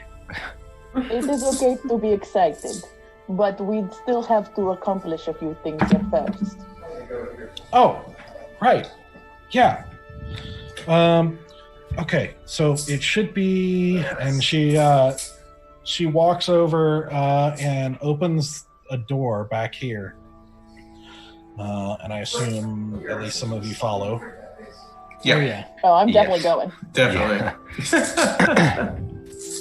So she opens the door, and you can see what looks to be just a very small storeroom. And what you see is predominantly, you see crates that seem to be, old and kind of falling apart. Half of them empty. You see like barrels, most of them empty. You see what looks to be like it may have been rice sometime in the distant past. Like what looks to be what maybe was potatoes, but has gone way past the point of rotting to where it's just kind of refuse that hasn't been touched. Mm-hmm. It doesn't even stink anymore, really. It's just there. You see sacks that obviously have been like nibbled away by small creatures and stuff. Like, it doesn't look like, at least from the outside looking in, it doesn't look like this has been touched or messed with very much, but you do see a chest that seems mostly intact. And she walks over and takes a key out of her. There's like a little bag on her belt. She takes a key out and works the lock a little bit, and she's like, I'm sorry, it's a little rust. It's like an old chest. I mean, it's been here forever. I don't know how long. It takes her a minute of like, and you finally hear a click as she gets the lock, this old lock, to finally turn. And she opens the chest, and you see what looks like some clothes and blankets and that sort of thing, like what may have been robes at one point. These look not quite as ancient or old, but they just look like they've been there for a while. Just not as absolutely ancient as a lot of the other things in the temple seem to be. So she kind of digs through it and everything like that, and kind of like looks up as she's feeling through it, and she comes up with a ring and is like, yes, here we go. That's one of the things I needed. Okay, let's see the other one. And she kind of rifles through it a little bit more, and then pulls out a leather bag with a long like shoulder strap on it. She's like, all right, okay, so this is yours. And she hands it to whoever is standing closest to her. Easy, apparently. That is the easiest, taking a hold of it. I would like to at least do an Arcana check on it, if that makes any sense. Sure. Yeah. Just to that, and like check like if I know anything of a magical bag in my Sure. past. I guess that's a history, I suppose. All right. Know the skills. Here we go. So I'm rolling for Arcana. Am I right? Mm-hmm. Okay. I roll for Arcana. All right, that's a 25 Nice. with my Nice. plus 6. Nice. So 25. You take the bag, and you can kind of tell that there's something magical about it, and you open it and kind of look inside, and it's just darkness. You kind of reach in with your hand and don't feel anything, and like kind of pull it out, and you realize, like, having been to the being trained by wizards in Everwind and everything, you hear about some magical items and things like that in your training and everything, and so you know exactly what this is. This is a bag of holding. Aha! Well, welcome, party. This is a bag of holding, yeah. It's quite delightful. Anything that could fit in this bag stays in the bag and doesn't weigh a thing. So here, Bear, put one of your great swords in here. He hands it over to, opens it up towards Bear. Oh. I'm in the other room. I haven't gone in yet. You haven't gone in yet? Am I the only one in the room with her? Oh, No, I'm in the room with you. Yeah, I'm in there too. Okay, I'll say, Valen, put in your quarterstaff in here, yeah. And I hand it over to him. Yeah, Put it in he the holds staff. up this bag, which is only about this deep, and you put your staff in there, expecting to feel the bottom of the bag, but it just keeps going. And- Chimney indeed. And how do I get my quarterstaff back? You just think of it and you put your hand in and get it back out. Trust me. He's smiling in. as he opens the bag. So And you think about it, and you reach in and feel that familiar wood staff again and pull it back out. sister, was there anything previously in this bag? Oh, I don't think so. I kind of doubt it. But I mean, it's probably was emptied before we put it in storage. I mean, you can always turn it inside out and check. Easy turn. Or that turned the whole world inside out. Oh, campaign's over, guys. Let's Bye. go into the bag. Oh, So- man. Turn it inside out. Yeah, see if there's anything in there. All right. So you basically take kind of hold of the edge of it, and then like from the bottom, pushing up, to do that or whatever, you basically kind of tilt it and push it out like that, and you actually surprisingly see it become an inside out normal regular bag. And you like shake it, and about 3 gold coins fall out, and a holy symbol that looks similar to but kind of like old and tarnished, like similar to the one that Kiri has. That's about it. Okay. I want to pick up the holy symbol. Okay. I'll leave the gold. Okay. I'm gonna pick up the. I was waiting for that. All right. 3 pieces of gold. Thank you. Doug, I want to check the ghoul's body. The ghoul's body. Go for it. Yeah. Okay. Ooh, not that great. That is a 9. Okay. Body.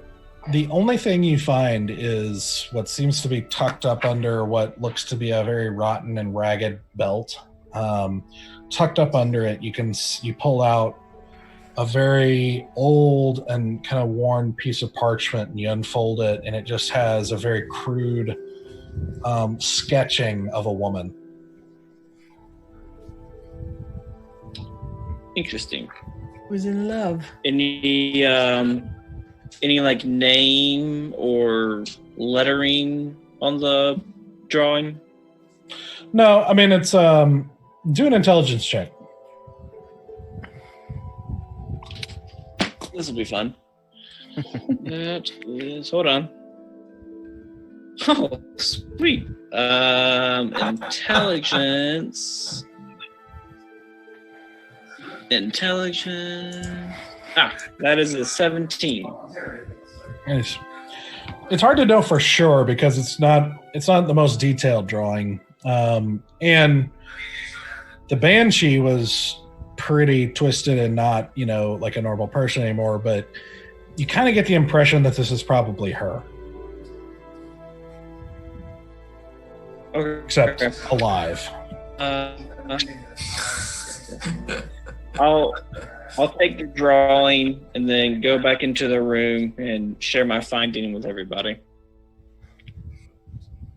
Okay.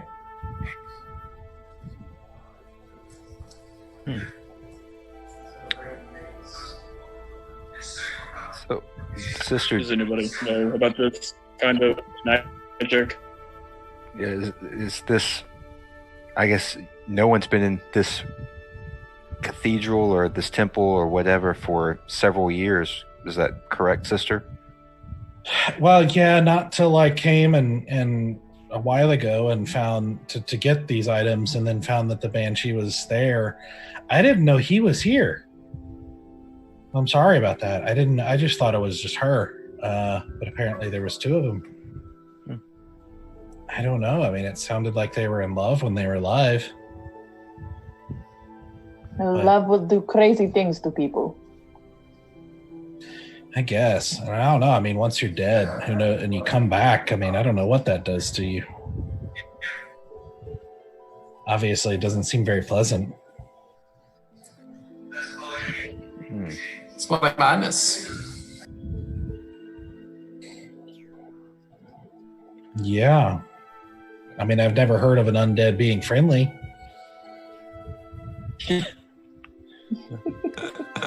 This is true. Is there if I go and investigate her remains, the Banshee's remains?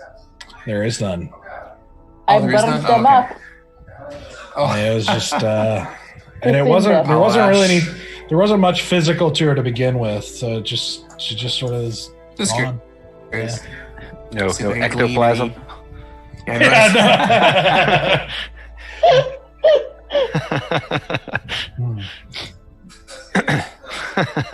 All right. Well, I think we've got what we need.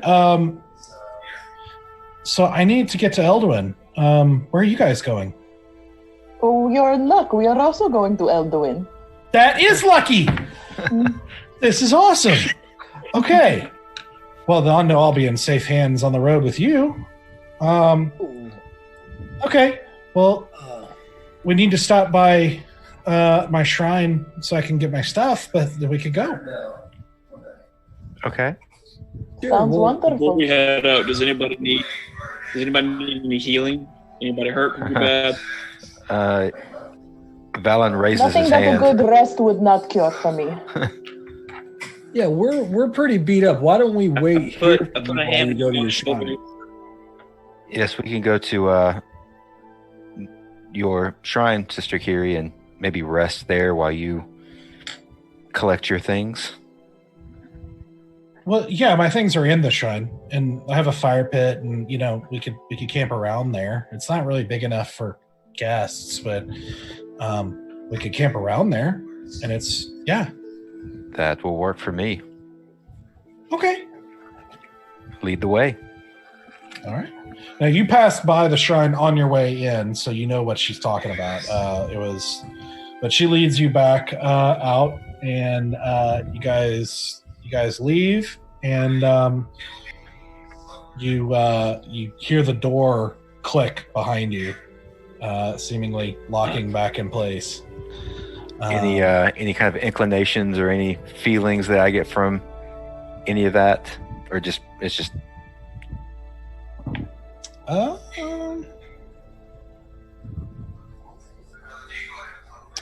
you get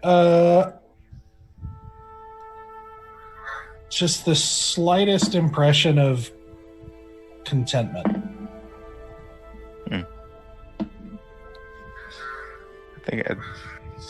I think I kind of walk back quietly, contemplating that. All right. As we're leaving, I want to walk next to Valen and hand him the medallion coin thing or whatever. The holy symbol. Like, hey, we just fell out of the bag. I don't need it. Did you want it? I'll take it. All right. I'll give him the sacred, whatever it was called. No, I think I've got, I don't know, some kind of pouch or something somewhere on me. I put it in there for now. Yeah, hold on to it, and you can use it when you're praying. And if you ever want to become a cleric of Ixie, you can come back and I'll teach you how. That is very much appreciated. Well, of course. I always want to grow the following. I will think on that. Okay. Well, here we are. You've seen it before. But you can see over there, and she kind of points to an area where there's like the remains of a fire from the night before, you imagine, with like a couple of logs pulled up around it. And like a small, very small cauldron set off to the side. And she says, well, I'm afraid I'm not much for guests. I don't really have anything, beyond a rabbit I caught the other day for a meal. Because I usually only have to feed myself. And, well, I don't have a big house or anything. So it's you can start a fire and we can set up camp and everything, but I don't really have I don't have anything to offer. I'll make tea. What time of the day is it? It's about midday. It's maybe like 2 or 3. We really want to camp here for the day, or do you guys still feel up to getting a couple miles in? I know some of you were pretty bad off. I am pretty beat up. I could take a short rest. I could use a rest. Yeah, a short rest is all just an hour would be sufficient for me. A second nap wouldn't hurt. Second nap. My second nap of the day. So you're doing a short rest, is that what you said? Yeah, I short think rest so. is fine. Okay. And I will roll some hit dice just to be Can safe. can I go over to Sister Same Curie? here. And I'm going to hand her the 3 coins that fell out of the bag. And I'm going to give them one at a time. So, for health, for happiness, for luck. Oh, well, thank you. I really appreciate that. I will put it as an offering to the temple funds, which is this. I'll let you handle the religion part of this. 1d8. Well, that's what I do. So I'll go back and I'll kind of get myself comfy and make a little cup of tea and take a nap. Okay. All right, so roll your hit dice and do what you got to do. I think easy, you get a spell back. Yep. I'll take that. Yep. So About how far are we from? I forgot the name of the town. Whatever. Where are we going? Eldowyn? Yeah. How far are we from Eldowyn? Let's see. At this point, I'd say you could probably get there in about 2 full days. Oh, okay. So it's not Not too close at far. all. I'm up to 28 hit points. And of course, I rolled 2 d6s and got a 12. So all I needed was 6. And so I overhealed. Surging. I'm surging with energy right now. I feel very spry.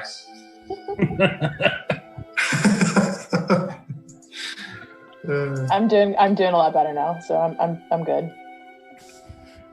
Yeah, I'm at half. I don't know, guys. Since we're still 2 days out, maybe we should just stay here for the night while we have shelter. But it is still so early in the day. We have so much light left. Yes, we could travel for Right, Move on, but- get 4, 5, closer 6 to the hours. closer. I want to see my new house. But shelter. Yes, but our new house. Shelter. Yes, but our new house It's is in the 2 Leaf days District. away. We're not going Okay, to what? get there today. There, I want to see my new fancy house in my new fancy district. All right. Whatever y'all want to keep going, we can keep going. I want to keep going. Yes, to go ahead and knock some of this trip out. Yep. I agree. All right. All right, let's get huffing. Okay. You see that Sister Carrie has kind of put together a backpack with a few things, and you see in her shrine is nothing more than a small room. I mean, it is like probably at best 15 by 10 room, with like a little bedroll on one end, and like the back has like a one of those symbols, kind of standalone, the symbol of Ixie, and a few implements, like cooking implements and things like that, and not much else. She is living a very minimal existence here. But you see her pack up a few things, including a couple of the cooking things and all that kind of stuff, and into a backpack, and rolls up her bedroll and is ready to go. Puts it over her same white dress, and it's like, all right, let's go. So, you Do you guys... happen to have anything that would cover you up just a little bit? You are very bright. What do you mean? Am I glowing? In a sense of the word, yes. You are very bright.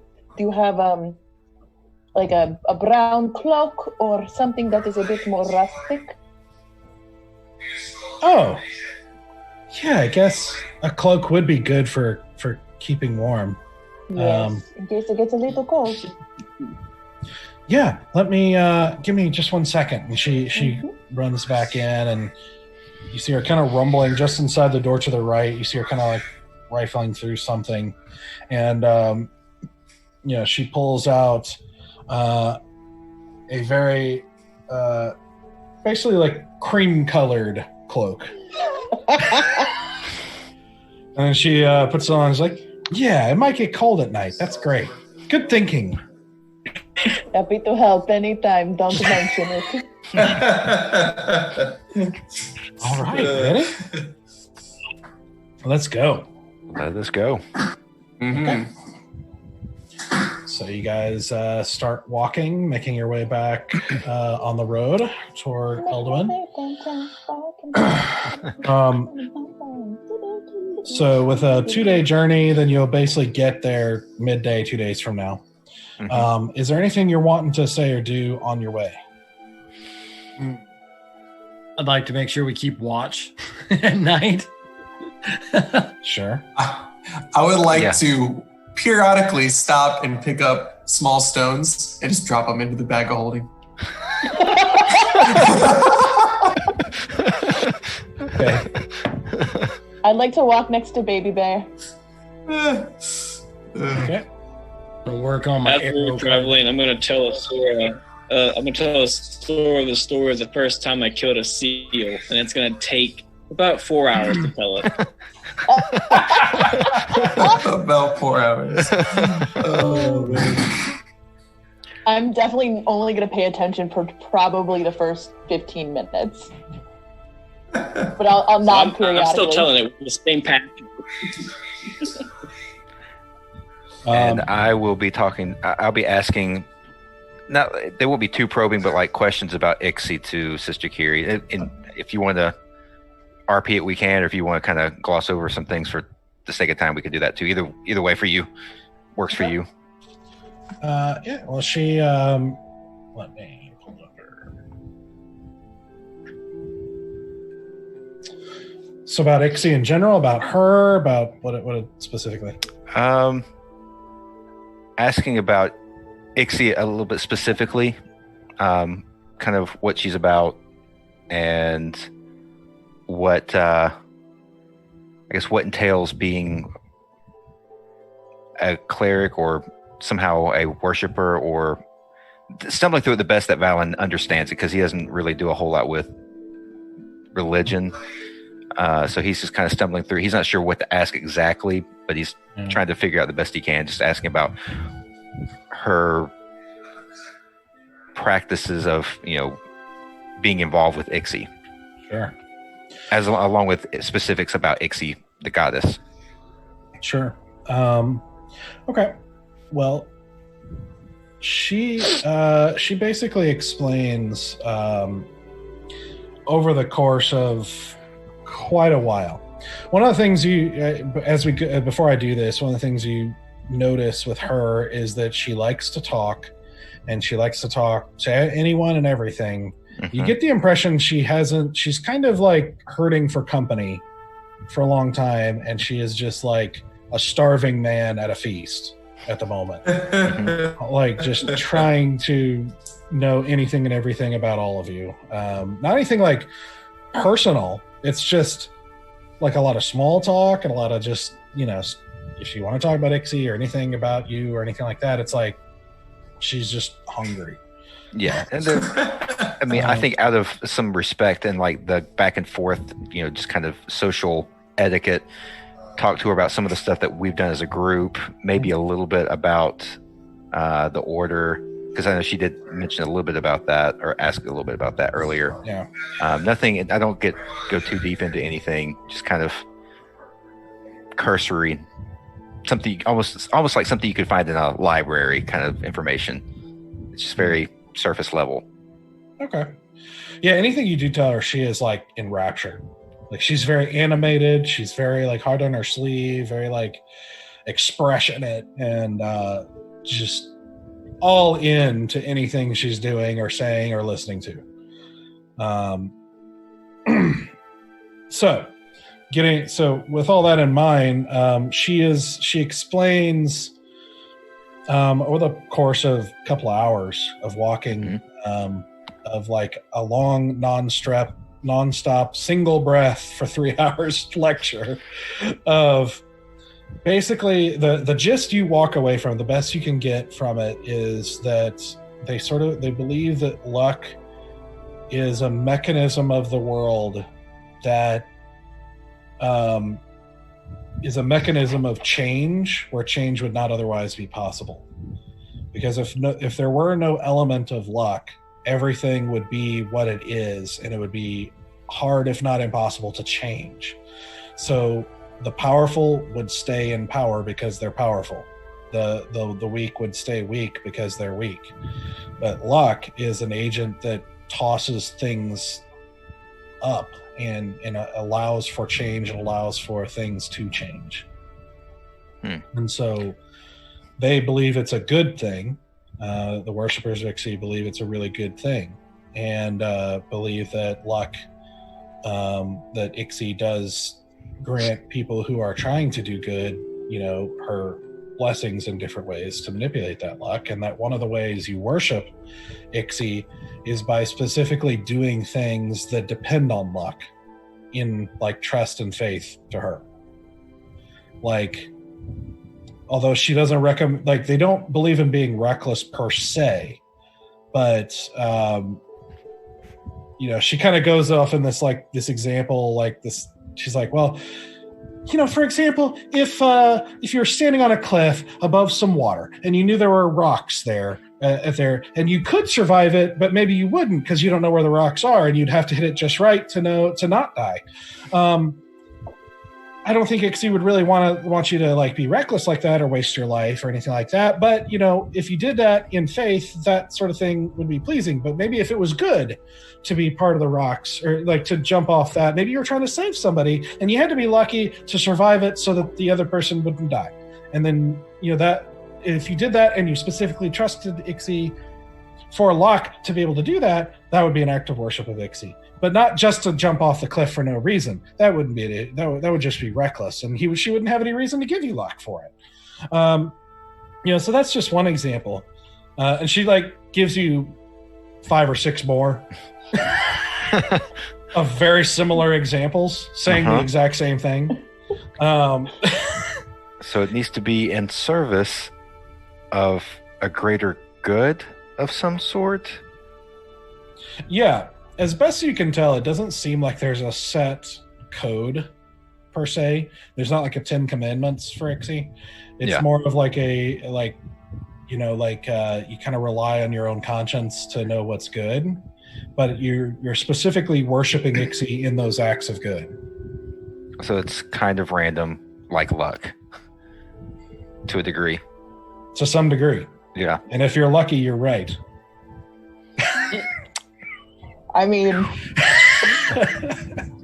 yeah. Okay. Makes sense. And I think after a couple of days of talking to her, I am probably more confused than I was when I started asking questions. I probably have some idea. It's going to.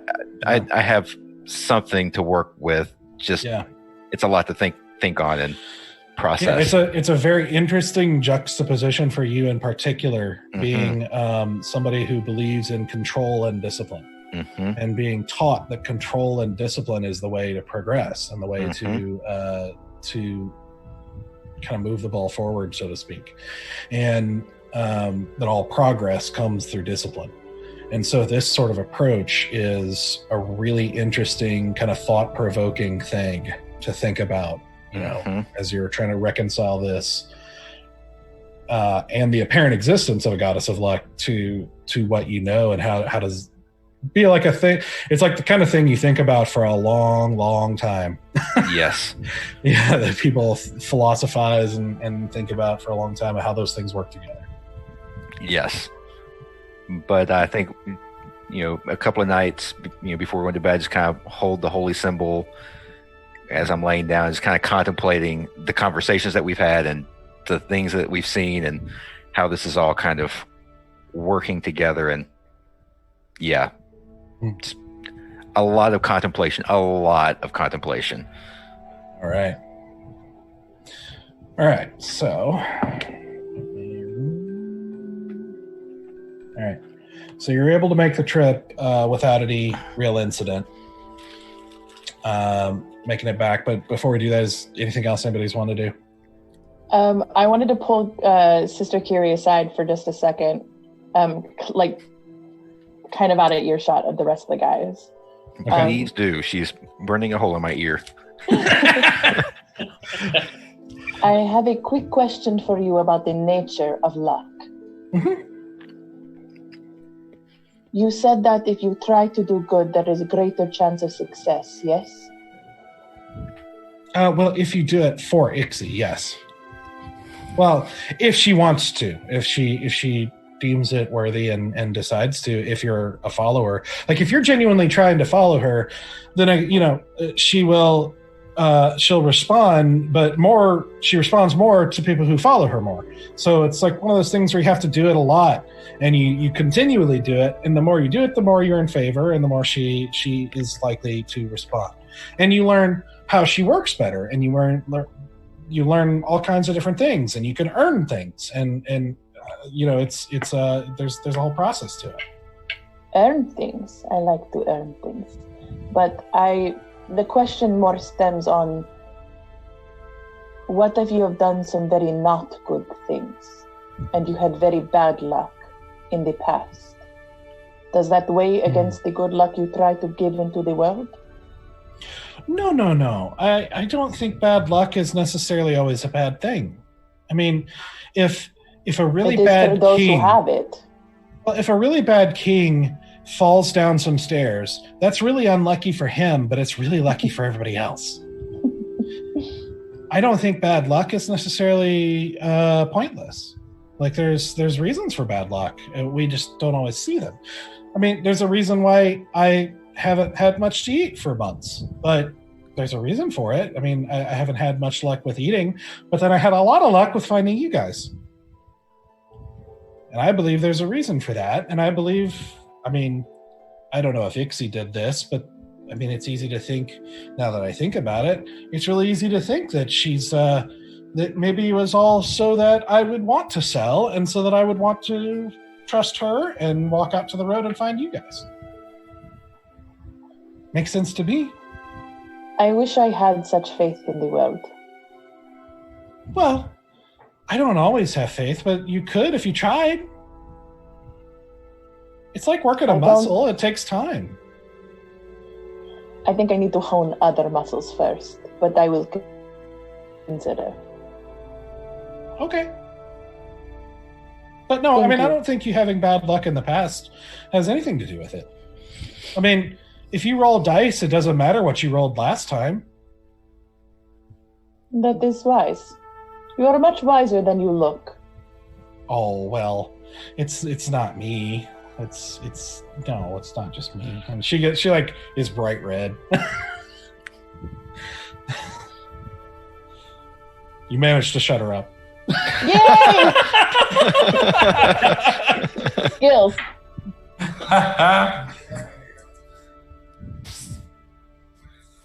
Is that all you want to say to her?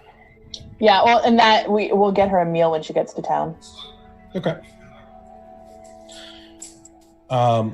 As a quick time check, it is 10:15, but we also didn't start for like an hour late. Do you want to keep playing for a little bit into Eldowyn, or do you want to? I'd like to at least get to Eldowyn myself. It's up to everybody else, but I just want to see our new house. Okay. We're in the Leaf Sounds District, going on. bitch. All right. We got a bougie house now. So, you guys make it the rest of the way to Eldowyn without any real incident. Starting to see more travelers as you get closer to the city, but nothing threatening. And you finally come into view of Eldowyn.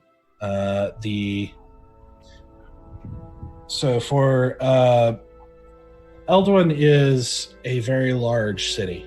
It is larger than most. It's one of the, probably 5 or 10 largest cities on Erythea, and one of the largest cities that a lot of you guys have ever seen. Eldowyn is,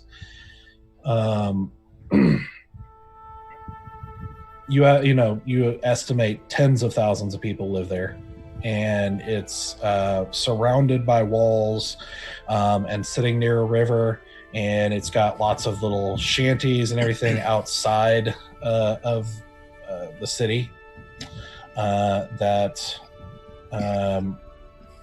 are obviously where the people who haven't been able to, a lot of like outsiders, travelers, things like that, or people who just can't afford a house in the city, just kind of set up shop wherever they can outside the city.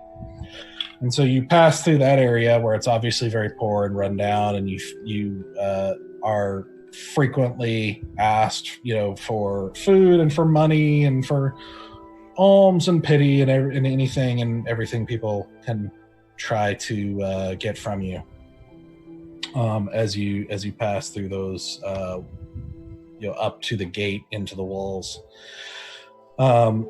which you do have to, it being midday, it's pretty busy at the gates, so you have to wait in line a little bit to get in, and you don't really have any wagon or loads, so it's a pretty easy process to get in to the city. There's nothing really to inspect or any of that kind of stuff. You do get a few strange looks from the guards, being a very odd crew including a tiefling, half-orc, and Goliath especially. But they do, it's a large city. It's cosmopolitan, so they do see odd travelers here and there. It's alien, but it's not unheard of. Mm-hmm. And so you finally make your way into the bustling streets of Eldowyn, and you're immediately, again, kind of struck by the atmosphere of it, which is far different than small towns or countryside or anything. It's a stark contrast because the streets are basically a river of people, just constantly moving, and just a cacophony of sound as people are talking and bargains are being made, and people are arguing over things, and parents yelling at children yelling and playing their own games, just people of all kinds and states of life, and rich and poor, all milling and making their way through the city, and they're just vast amounts of business. So Kiri is trying to head to the merchant. Are you guys accompanying her to him, or are you going straight to your house? What do you want to do? I want to see my house. Yeah, let's see if we can find our new spot. Okay. Okay. So you reach a point in the market, and you have to pass through the main central marketplace, which is just it's a big open square where a whole lot of people have set up little kiosks, if you will, like carts and stands and different things like that to sell their wares. Easy, would you meet real quick? You're hearing where it's even more hawking of wares and everything as you see a couple of the shops that you're familiar with and have been to right here in this square. And Question, do we see Errata? Has he set up his shop yet? Well, as you're talking with Sister Kiri and everything, as you're about to part ways, she actually says, okay, so I've got to find Errata's Irresistibles. I gotta see where that is, and I gotta find him, and he's who's gonna buy the ring. So this Arada is the merchant that you're looking for. Yeah. Do you know him? Yes. We've crossed paths. Really? I make a mean cup of tea because of him. Oh, yeah. Well, he's very kind. This is true. Yeah. Well, I'm sure he would love to see you. Do you want to go? Absolutely. I want to see my house, but I also want to see Errata. All right. All right. Well, I have no idea where it is. How about the little luck? Possibly. We should probably ask around. I'm not going to ask around. Whoever wants to help her look, just roll an investigation check. I'll help out with that. Oh, okay.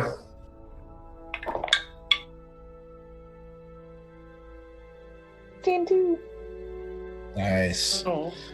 That's good. So it takes you a good half hour because a lot of people haven't heard of him. This is, he only was headed to Eldowyn a few weeks ago. So it's fairly new. You do finally find somebody who's like, oh, you mean that new shop over there? And he kind of points you over in the corner of the market. And eventually you walk over there, and it takes you a second to find it, but you do finally see a sign, freshly painted, brand new, cut wood, that says Errata's Irresistibles. Yeah. So you walk in, it looks to be a shop that's kind of set right in the middle of a long face of a building, that's all connected to each other. Like almost like a townhome type setup. But you got his shop, and you walk in, and you walk in and see a collection of things in kind of like not an oval, but like a rectangular format with shelves in the middle, and just various goods of all kinds, like kind of general store type goods. And then past that, you actually see a section that has clothing on what looks to be like wood, like torsos, like for display. You see a number of those of very fine looking clothing. And then finally in the back, you see a counter, and you see with his back turned towards you, an elf. And as you walk up and walk past the clothing and walk up to the the counter, he finally notices and turns around and he's like, "Oh, hello! Hello, my friends. I didn't know if I'd ever see you again. But I'm so glad to lay my eyes upon you. How are you?" A little worse for wear, but your teas have done great good. Oh, I'm simply delighted to hear it. You really like the tea. Oh, that's so good. I plan on ordering more and even better kinds. Ooh. As soon as I can get some of the logistics still set up that needs to be done. I'm still working out a lot of things, But it's coming. It's coming.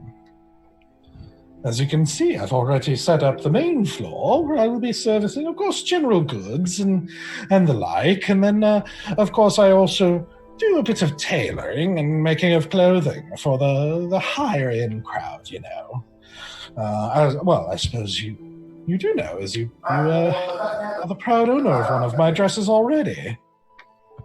Oh, me? Aren't you? Oh, the dress that I missed. Have you had a chance to wear it yet? Well, I haven't been able to fit in it yet. Oh, is it not? I can fix that like in a jiff. Did I tailor it wrong? Did I measure wrong?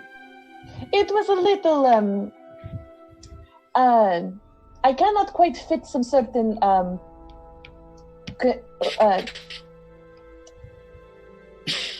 It is difficult to fit sharp objects inside comfortably. Oh, I see. Well, we certainly, as with all good clothing, it should be custom tailor fit to the goods of the wearer. Mm-hmm.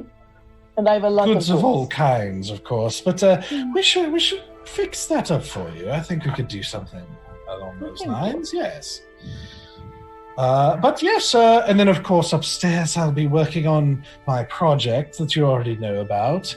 It has been so long since Eldowyn has had a proper artificer here in town. And so I am looking to procure those items, as you said. Have you happened to come across any that you'd be willing to part with? Could you reiterate what those things were again? Oh, just any sort of item of magical properties that I might study and use as a tool for understanding how artificing works on an ongoing basis so that I can begin to make them. Boys? I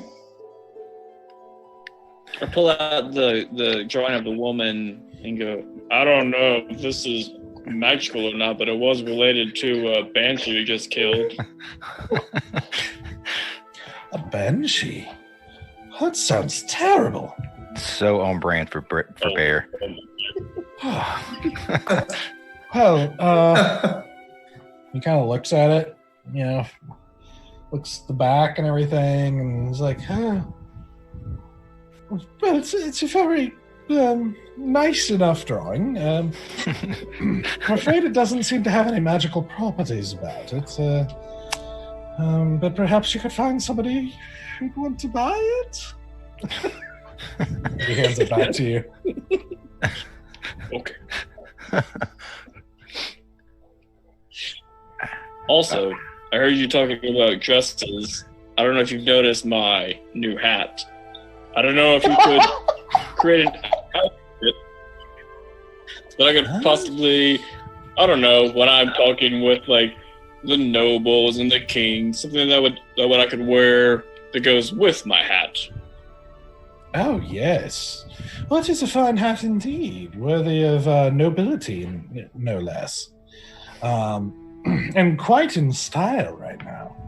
I could certainly fit you with some nice pantaloons and a lovely shirt of maybe a crushed velvet or something. What sort of colors do you like? Well, I like blue and white. Blue and white. Oh, well, yes, that should be easy enough. Blue and yes, that should fit right in with the court of Carondia, if you have such dealings. As blue and silver are their colors, the royal colors, you know. Well, that is fortuitous. I'm afraid it would take a little bit of time to tailor a shirt to fit someone of such a muscular build, would say. Quite someone your height. You don't see someone with quite your stature very often, so I'd have to have some time to put that together. But I could absolutely do it. Yeah, I think I could get you quite a lovely shirt, a custom fit for you, the whole outfit, some nice soft leather shoes, probably, let's say, 10 gold? That sounds amazing. I will, yes, and I'll hand in 10 gold. Oh, that's perfectly fine. You can hold on to that till the job's done. I never take gold for a product that doesn't exist. At least not for friends, I should say. I'm waiving any deposits for you all. And well, thank you. And if you do need to come find him for sizing or measurements, we do have a place now in town. Oh, do you? Have you acquired We're at Eldergate Manor. Oh, well, I'm afraid I don't know where that is. It's in the Leaf District. Oh, my. The Leaf District. Moving up in the world, aren't we? That's Just quite a little bit. quite an acquisition. You'll have to tell me the story sometime. Oh, over tea. Oh, indeed. Well, you know where to find me. I would always welcome it. No magic items to be said then. That's fine. And who's that at the back? Oh, Sister Carrie. So lovely to see you again. And you see her kind of pop out. She had gotten distracted with some stuff, like looking through some stuff while you guys were talking. But she brightens up and runs over, and they actually hug each other. And he just kind of gives her like they talk for a minute or two of just like small, like, it's like, oh, your white dress looks so lovely as ever. I've always been a fan of the priesthood of Ixie's garb, you know. It's just so simple and pure, and it's quite lovely. Have you been doing well? And they, start catching up and everything like that, and where she produces the ring and hands it to him. He's like, oh, that's so wonderful. Yes, this will be perfect for my studies. Well, I suppose I owe you something. And he kind of goes, he kneels down and hands her a decent sized pouch. And he's like, all right, 1,200 gold as promised. Oh, That's a pricey ring. He hears that and he's like, oh, well, of course, this is a rare find. This is a ring that's only earned by some of the highest order of the priesthood of Ixie. It's a quite rare ring, but I'm hoping to reproduce some of its qualities. All right, then. And what qualities does it have? Oh, well, it's, well, how would you describe it, Kiri, sister? She kind of thinks for a second. She's like, well, how much do you know about dragons? Not a whole lot. A little bit. Well, the way it was taught to me is that dragons, if like a spell or something like that is cast on a dragon, they can just choose to ignore it. And that ring lets you do that sometimes. Oh, Okay. That is indeed a powerful ring. and I would be very interested to know what you find in your research. Yeah. Yeah, and Errata says, oh yes, it's going to be quite interesting. In truth, it should be quite a bit more expensive than this, but unfortunately it's all I can afford, and technically I'm not even sure it belongs to me in the long run. I don't know that a ring like this can truly be sold from the priesthood, but she's letting me use it, and I'm happy to help her as she's in dire straits, and you know, she needs a little help at the moment, and that's what friends do. Is it possible I could do a history check on the ring or no? Sure. Okay. Let me see what I'll do. We roll it in. Yeah, so it would be history if you want to hear, like, if you've heard of those rings in history somehow, or religion if you want. Oh, okay. If it's like something about the ring and how. What are you looking for specifically? I wanted to know, I guess, the origin story of the ring, of how it came about. Would that be a history check? Yeah, you can try. Yeah, go for Like it. the lore of the ring? Okay. Lore of the ring. Lore. I tried it.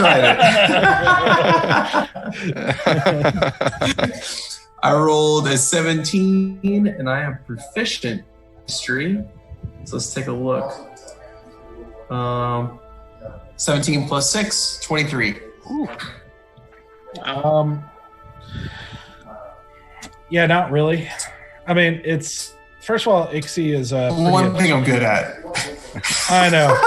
It was a very hard Obscure number. Because It was a hard number. Ixie is a very obscure religion. Like, you don't see, it's not a big religion. It's one of the smaller ones. And so the intricacies of like higher level, or like the ranking, or how the things work, or the history of artifacts or anything related to it, it's pretty obscure stuff. That's pretty That's Gotcha. about as niche as you get. I gave it a shot. Yeah, it was a good roll, but it was a very hard. It was very hard. Probably would have had to Understandable. it. Yep, I had a feeling. I was like, I'll give it a shot. Yeah. So All right. I look at it and I am believing everything she says. All right. Okay. Wow, that's it's.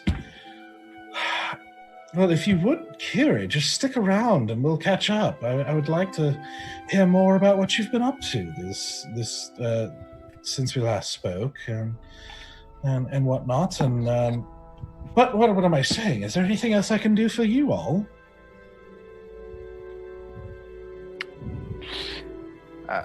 Nothing I can think of. No, I think we are. I'll be back tomorrow to look on my suit. Indeed. Yes, I would say maybe midday tomorrow. I should probably have it ready for you. All right. That sounds good.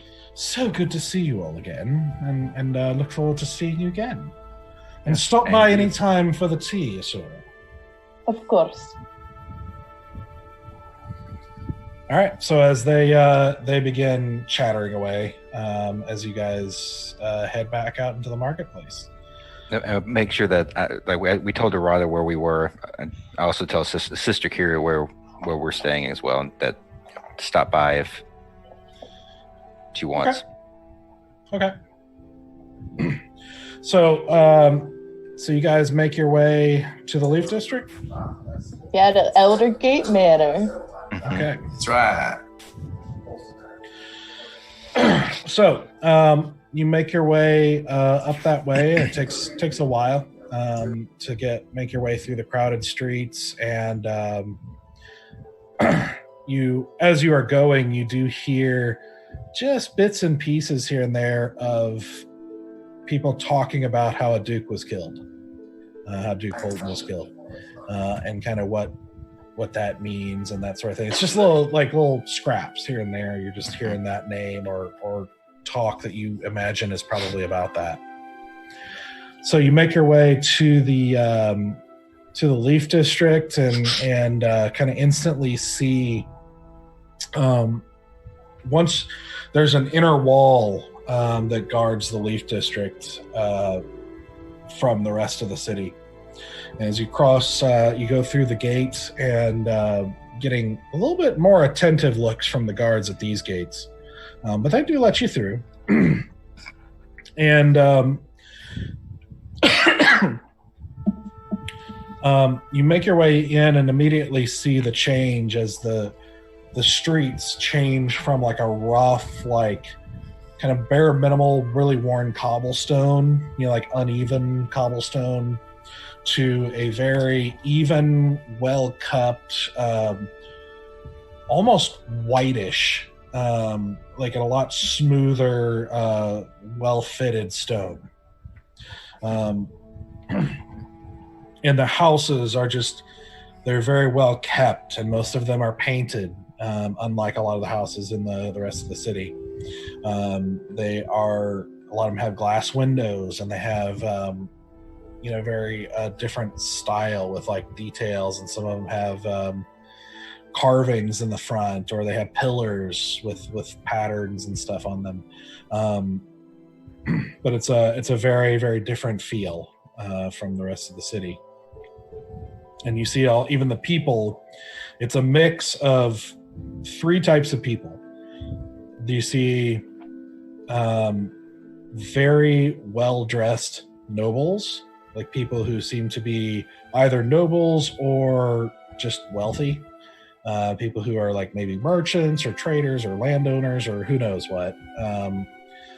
Just people who seem to be well off in one way or another. You see servants and messengers and just people who seem to be working, typically walking at a faster pace, doing their business on behalf of the people who live here, and guards. These streets are a lot more patrolled, and you see the guards with very well-kept armor, very well-kept, cloaks and everything involved in their uniform is very clean and straightened and everything. The guard outside of the Leaf District is not ill-kept, but it's definitely not as pristine as the guards you're seeing here. But you're also seeing a lot more guards posted at corners and just kind of patrolling regularly through the district. You finally make your way to where you were directed by Greenwood, to a gate that opens up in the front. And you open the gate, and it's like a kind of a large gate. You push open, and you walk up a sidewalk with short hedges on either side. And beyond it, you see trees and a yard. It's not gigantic, but it is pretty large. It's probably 30 to 40 feet from the sidewalk to the edge of on either side to the wall, because there's a gate on the front and then a wall kind of going around this property. And before you see the face of what is effectively a small mansion. It is got a sort of pristine white face with little awnings over the windows and everything. I don't know if awning is the right word, but the little roof, little partial roofs over each of the windows, and then over the entryway up by the front door and the roof, and they're all a dark green that you imagine matches the color of Greenwood's house colors, with very clear glass windows and a couple of pillars on either side of this porch area leading to the front door, with a very nice polished wood door with several panels, and it just seems like a very well made door. As you knock, and you can kind of feel the weight of the door is pretty hefty. you knock, and after a few moments, you see a servant in a very well-dressed, black and silver, or black and with like little white trim and bits on him. Says, "Can I help you?"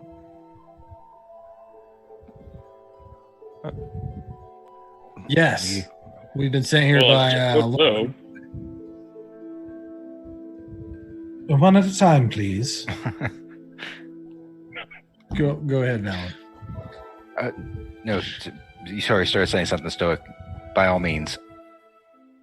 We were sent here by Lord Greenwood to this estate to set up our new base of operations. Base of operations. Correct. This is not a military barracks, sir. I'm aware. What does that have to do with us moving in? Were you not notified?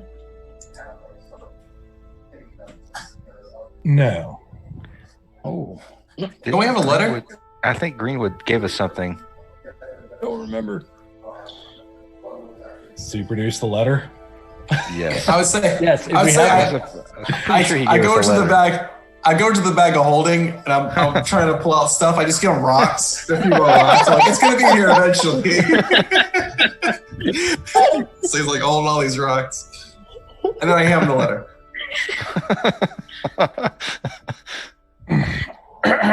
He takes out some spectacles from his pocket and just kind of carefully puts them on, and then takes the letter from you and looks it over. Looks very carefully at the seal at the bottom.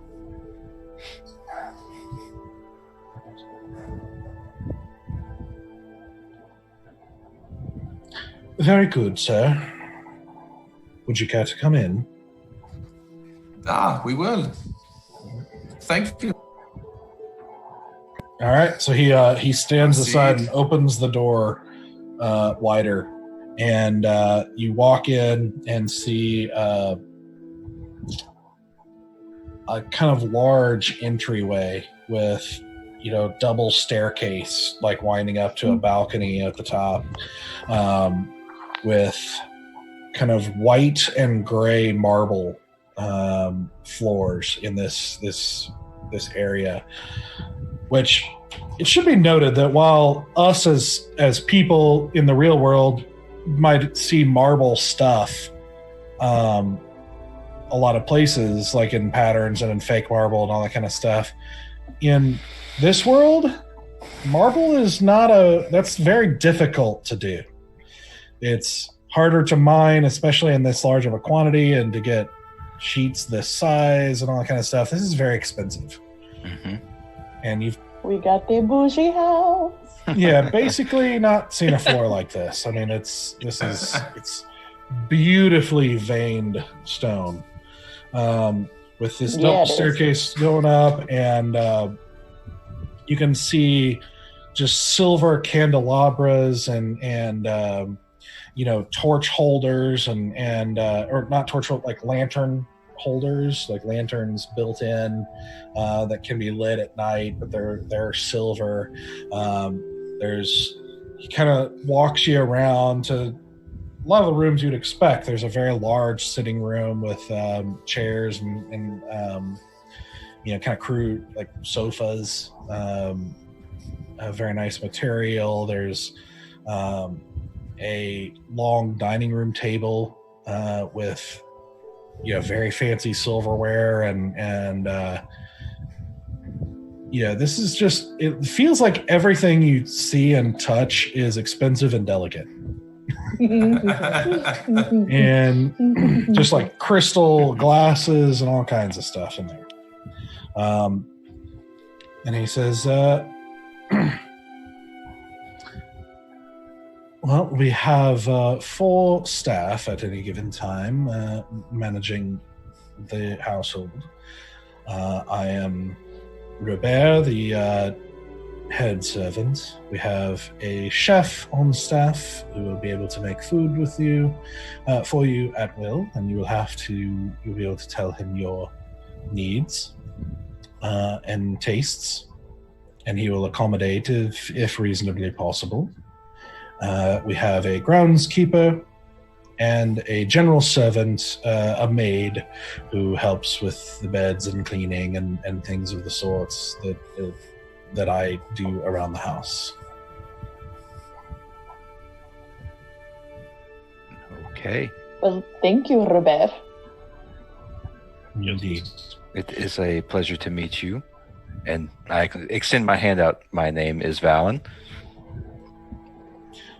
Pleased to meet you, my good sir. Pull my hand back because I guess I'm being left hanging. Yeah, he doesn't shake your hand, but he kind of bows in deference. Okay. Care to show us to our rooms? If you wish.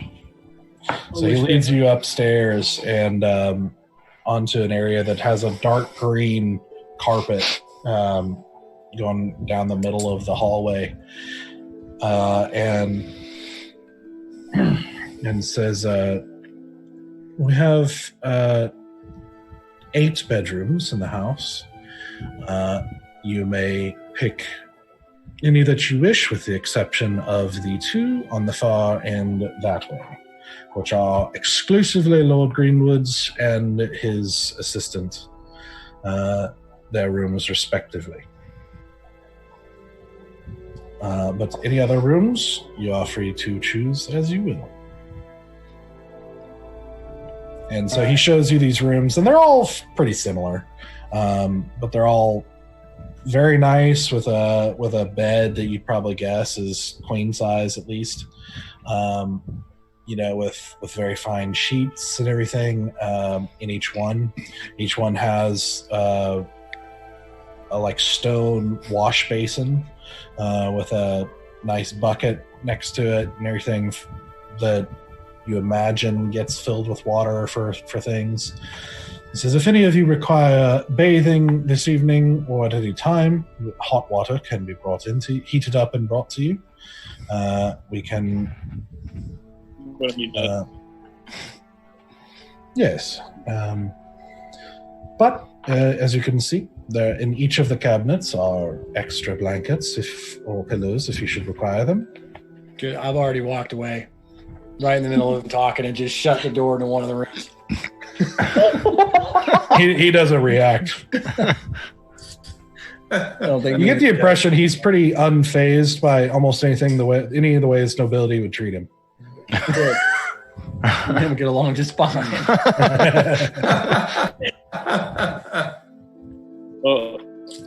Robert, what time is dinner, and what will we be having tonight? Well, not anticipating guests. What we would have been having is certainly not fitting guests of Lord Greenwood. What can you tell me what your taste would be? Beaver nuggets wrapped in bacon with a side of ale and bread and a big wheel of cheese. I'm afraid I can accommodate that, except for what did you call it? Beaver? I'm afraid Beaver I don't nuggets know what that with is. Do you have beaver? I'm afraid I don't know what beaver is. It's really good, but whatever you're serving sounds great. Very well.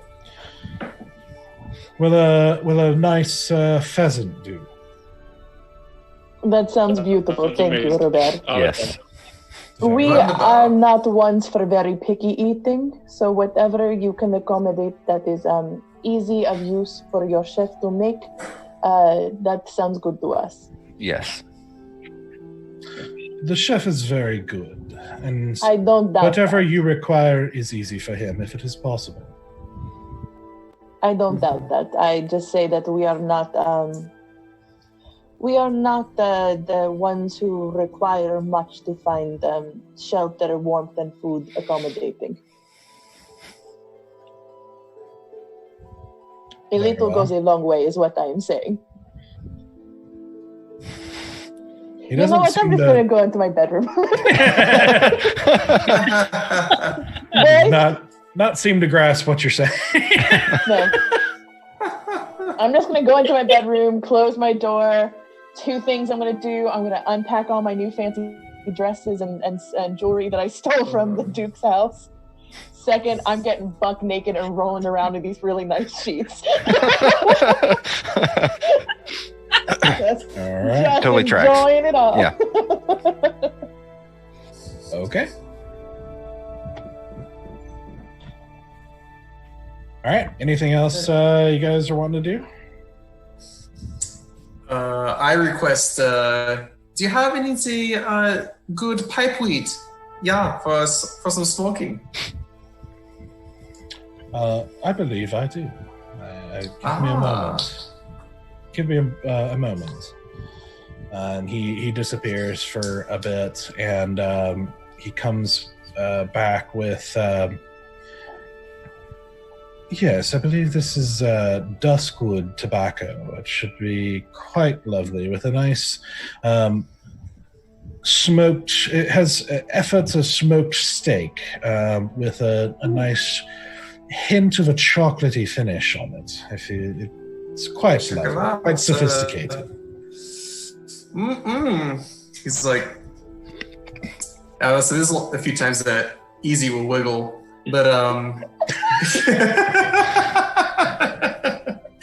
but he's very excited about trying out this pipe weed. So he curls up and gets some pipe weed and lights it up right then and there and walks off. All right. It is very fine tobacco. And just like you said, it's got layers of like taste and everything. This is not like commoner tobacco. Ooh, buddy. This is the good stuff. Like Asura's like fashioned herself like a toga with all these sheets. And she's like sticks her head out and she's like, a cup of tea! I would like a cup of tea. And then she sticks her head back in again. All right. And I'm gonna walk around the grounds and I'm not trying to necessarily find anything, just walking around, getting a kind of a feel for the area. Yeah. The back has a like a small like courtyard / garden type area that has a small fountain and a it's not very large because you're still in a city, but it's it's got hedges and like a couple of areas to sit like in privacy, like some amount of privacy, with like stone benches and the like, with like, those kind of those things where like vines have been grown over them to create like archways and different things like that. A few places, and you see another kind of large, kind of older tree that seems to have been here for quite a while, providing shade to a lot of the courtyard. I think I actually go sit and prop up by the tree, like sit down right by the tree and sit my back up against the trunk. Sure. Just sit there. Okay. As you guys come together for dinner, as having this roast pheasant and fine wine and all kinds of stuff being, as the wheel of cheese, the whole 9 yards, being kind of rolled out for you, being very well taken care of with very high quality food. There's a knock at the door, and the Robert comes to you guys and says, I'm afraid someone has a message for you. Who would like to receive it? I would. Very well.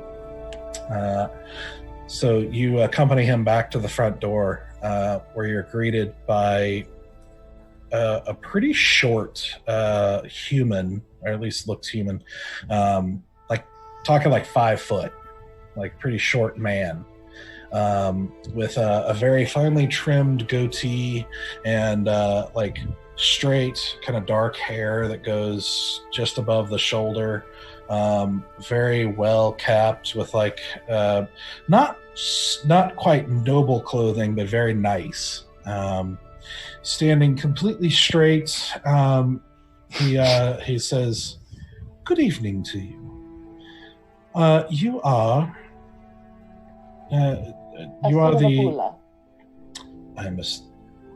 It is a pleasure to meet you. I believe you are one of the party that has been hired to accomplish various jobs, including the slaying of a shambling mound outside of Eldowyn, yes?" Yes. Very good. I had heard you had returned to town, and I have been sent to inquire if you would be willing to hear a proposal from my employer. Who is your employer? Her name is Hairdresser, and she would very much like to speak to you about a matter of some urgency. With that, we're going to end for tonight. Yeah. All right. We did some work. Yeah. Yeah. Worked our way through some technical difficulties, and Yeah. yeah, Done did we'll it. get figured out for next time. Yeah. She got a bag of holding.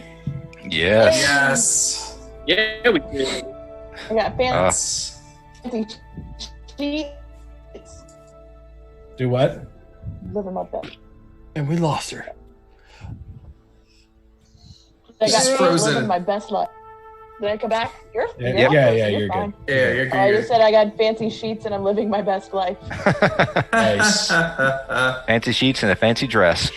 Hey. We can have a pillow fight. Make a pillow fort. Oh, can we have a pillow fight? I really want to have a pillow fight. We should make a pillow fort. Oh. I'm in. I'm in. Awesome. And you slew a banshee and a ghoul. Mhm. Yeah, we did. Yeah. No kidding. Totally easy fight. Not Yeah. a problem at Super all. easy. As all of our friends almost died multiple times. Yeah. I got deleted on the first hit. I was like, all right. Yeah. Yeah, that whale is mean, man. Yes. Yeah. A banshee whale. Yeah. I was I was like, not looking Constitution I was saving. gonna try to figure Not out gonna if, be like, good. if my I was trying to figure out if thaumaturgy could respond on a banshee's wail. So I was like, is that something that I can do? I don't think it is. Yeah, it's weird. It's kind of. I'm gonna have to look into that because that was was that a tiefling subrace that's not in the player's handbook For what? for the hellish rebuke as a reaction? No, I'm just a regular tiefling. I don't have a subclass or like a. It's in the special player's tiefling. handbook. It's weird because I looked think it up there's- and I saw hellish resistance. No, it's hellish rebuke is basically if I get touched, then I it's like a classic tiefling move. Like if someone messes with me, I get to respond in kind with fire. Which, just so you know, Tara, a reaction it's separate from your action and your bonus action, so you don't have to wait for your turn to do it. Yeah, no, I was confused as to because he said it was like psychic damage, not physical damage, and I wasn't sure if my reaction, if it was only for physical damage or if any damage counted. But when I click on it in my who's what's it? Oh, there it is. Yeah, Infernal Legacy. You waited until it was your turn to do it the second time too, which you could have done at the moment that she caused. No, damage. that's because I forgot that I had it. I forgot I had it, but two, I was also like, I don't think it counts if it's not physical damage. So I had like just kind of turned it off, and then I was like halfway through, I was like, wait a minute, I should probably double check that for the future. Gotcha. I forget that I have it because I don't look at my spells. That only gets worse. I as only you look go at my up levels. actions. Yeah, well, now that I'm getting up in levels too, I'm also trying to think like smarter about how I play. Mm-hmm. I haven't quite figured that out yet. Yeah, you get there. Yeah. But yes, it's part of my Infernal Legacy is Hellish Rebuke. Yeah, I got it. All right. Yeah. Well, That's still fun. Yeah, that Yeah. was fun. Good. It was a good That was a time. lot of fun. And Yeah. It's for anybody who weird. watches on YouTube, thanks for hanging with Everyone's us. like, And yeah. Indeed. Yeah. Guys. we will Yeah, thanks for- hopefully be able to actually get this streamed the next time. So, Yep. Yeah, we got 2 weeks to figure it out. So Exactly. I'm That'll be we good. will. Yeah. But thank you very much for joining us. And we will see you again in 2 weeks. And Yes. see you soon. yeah, see you soon. Have a good night, guys. Good night. Bye.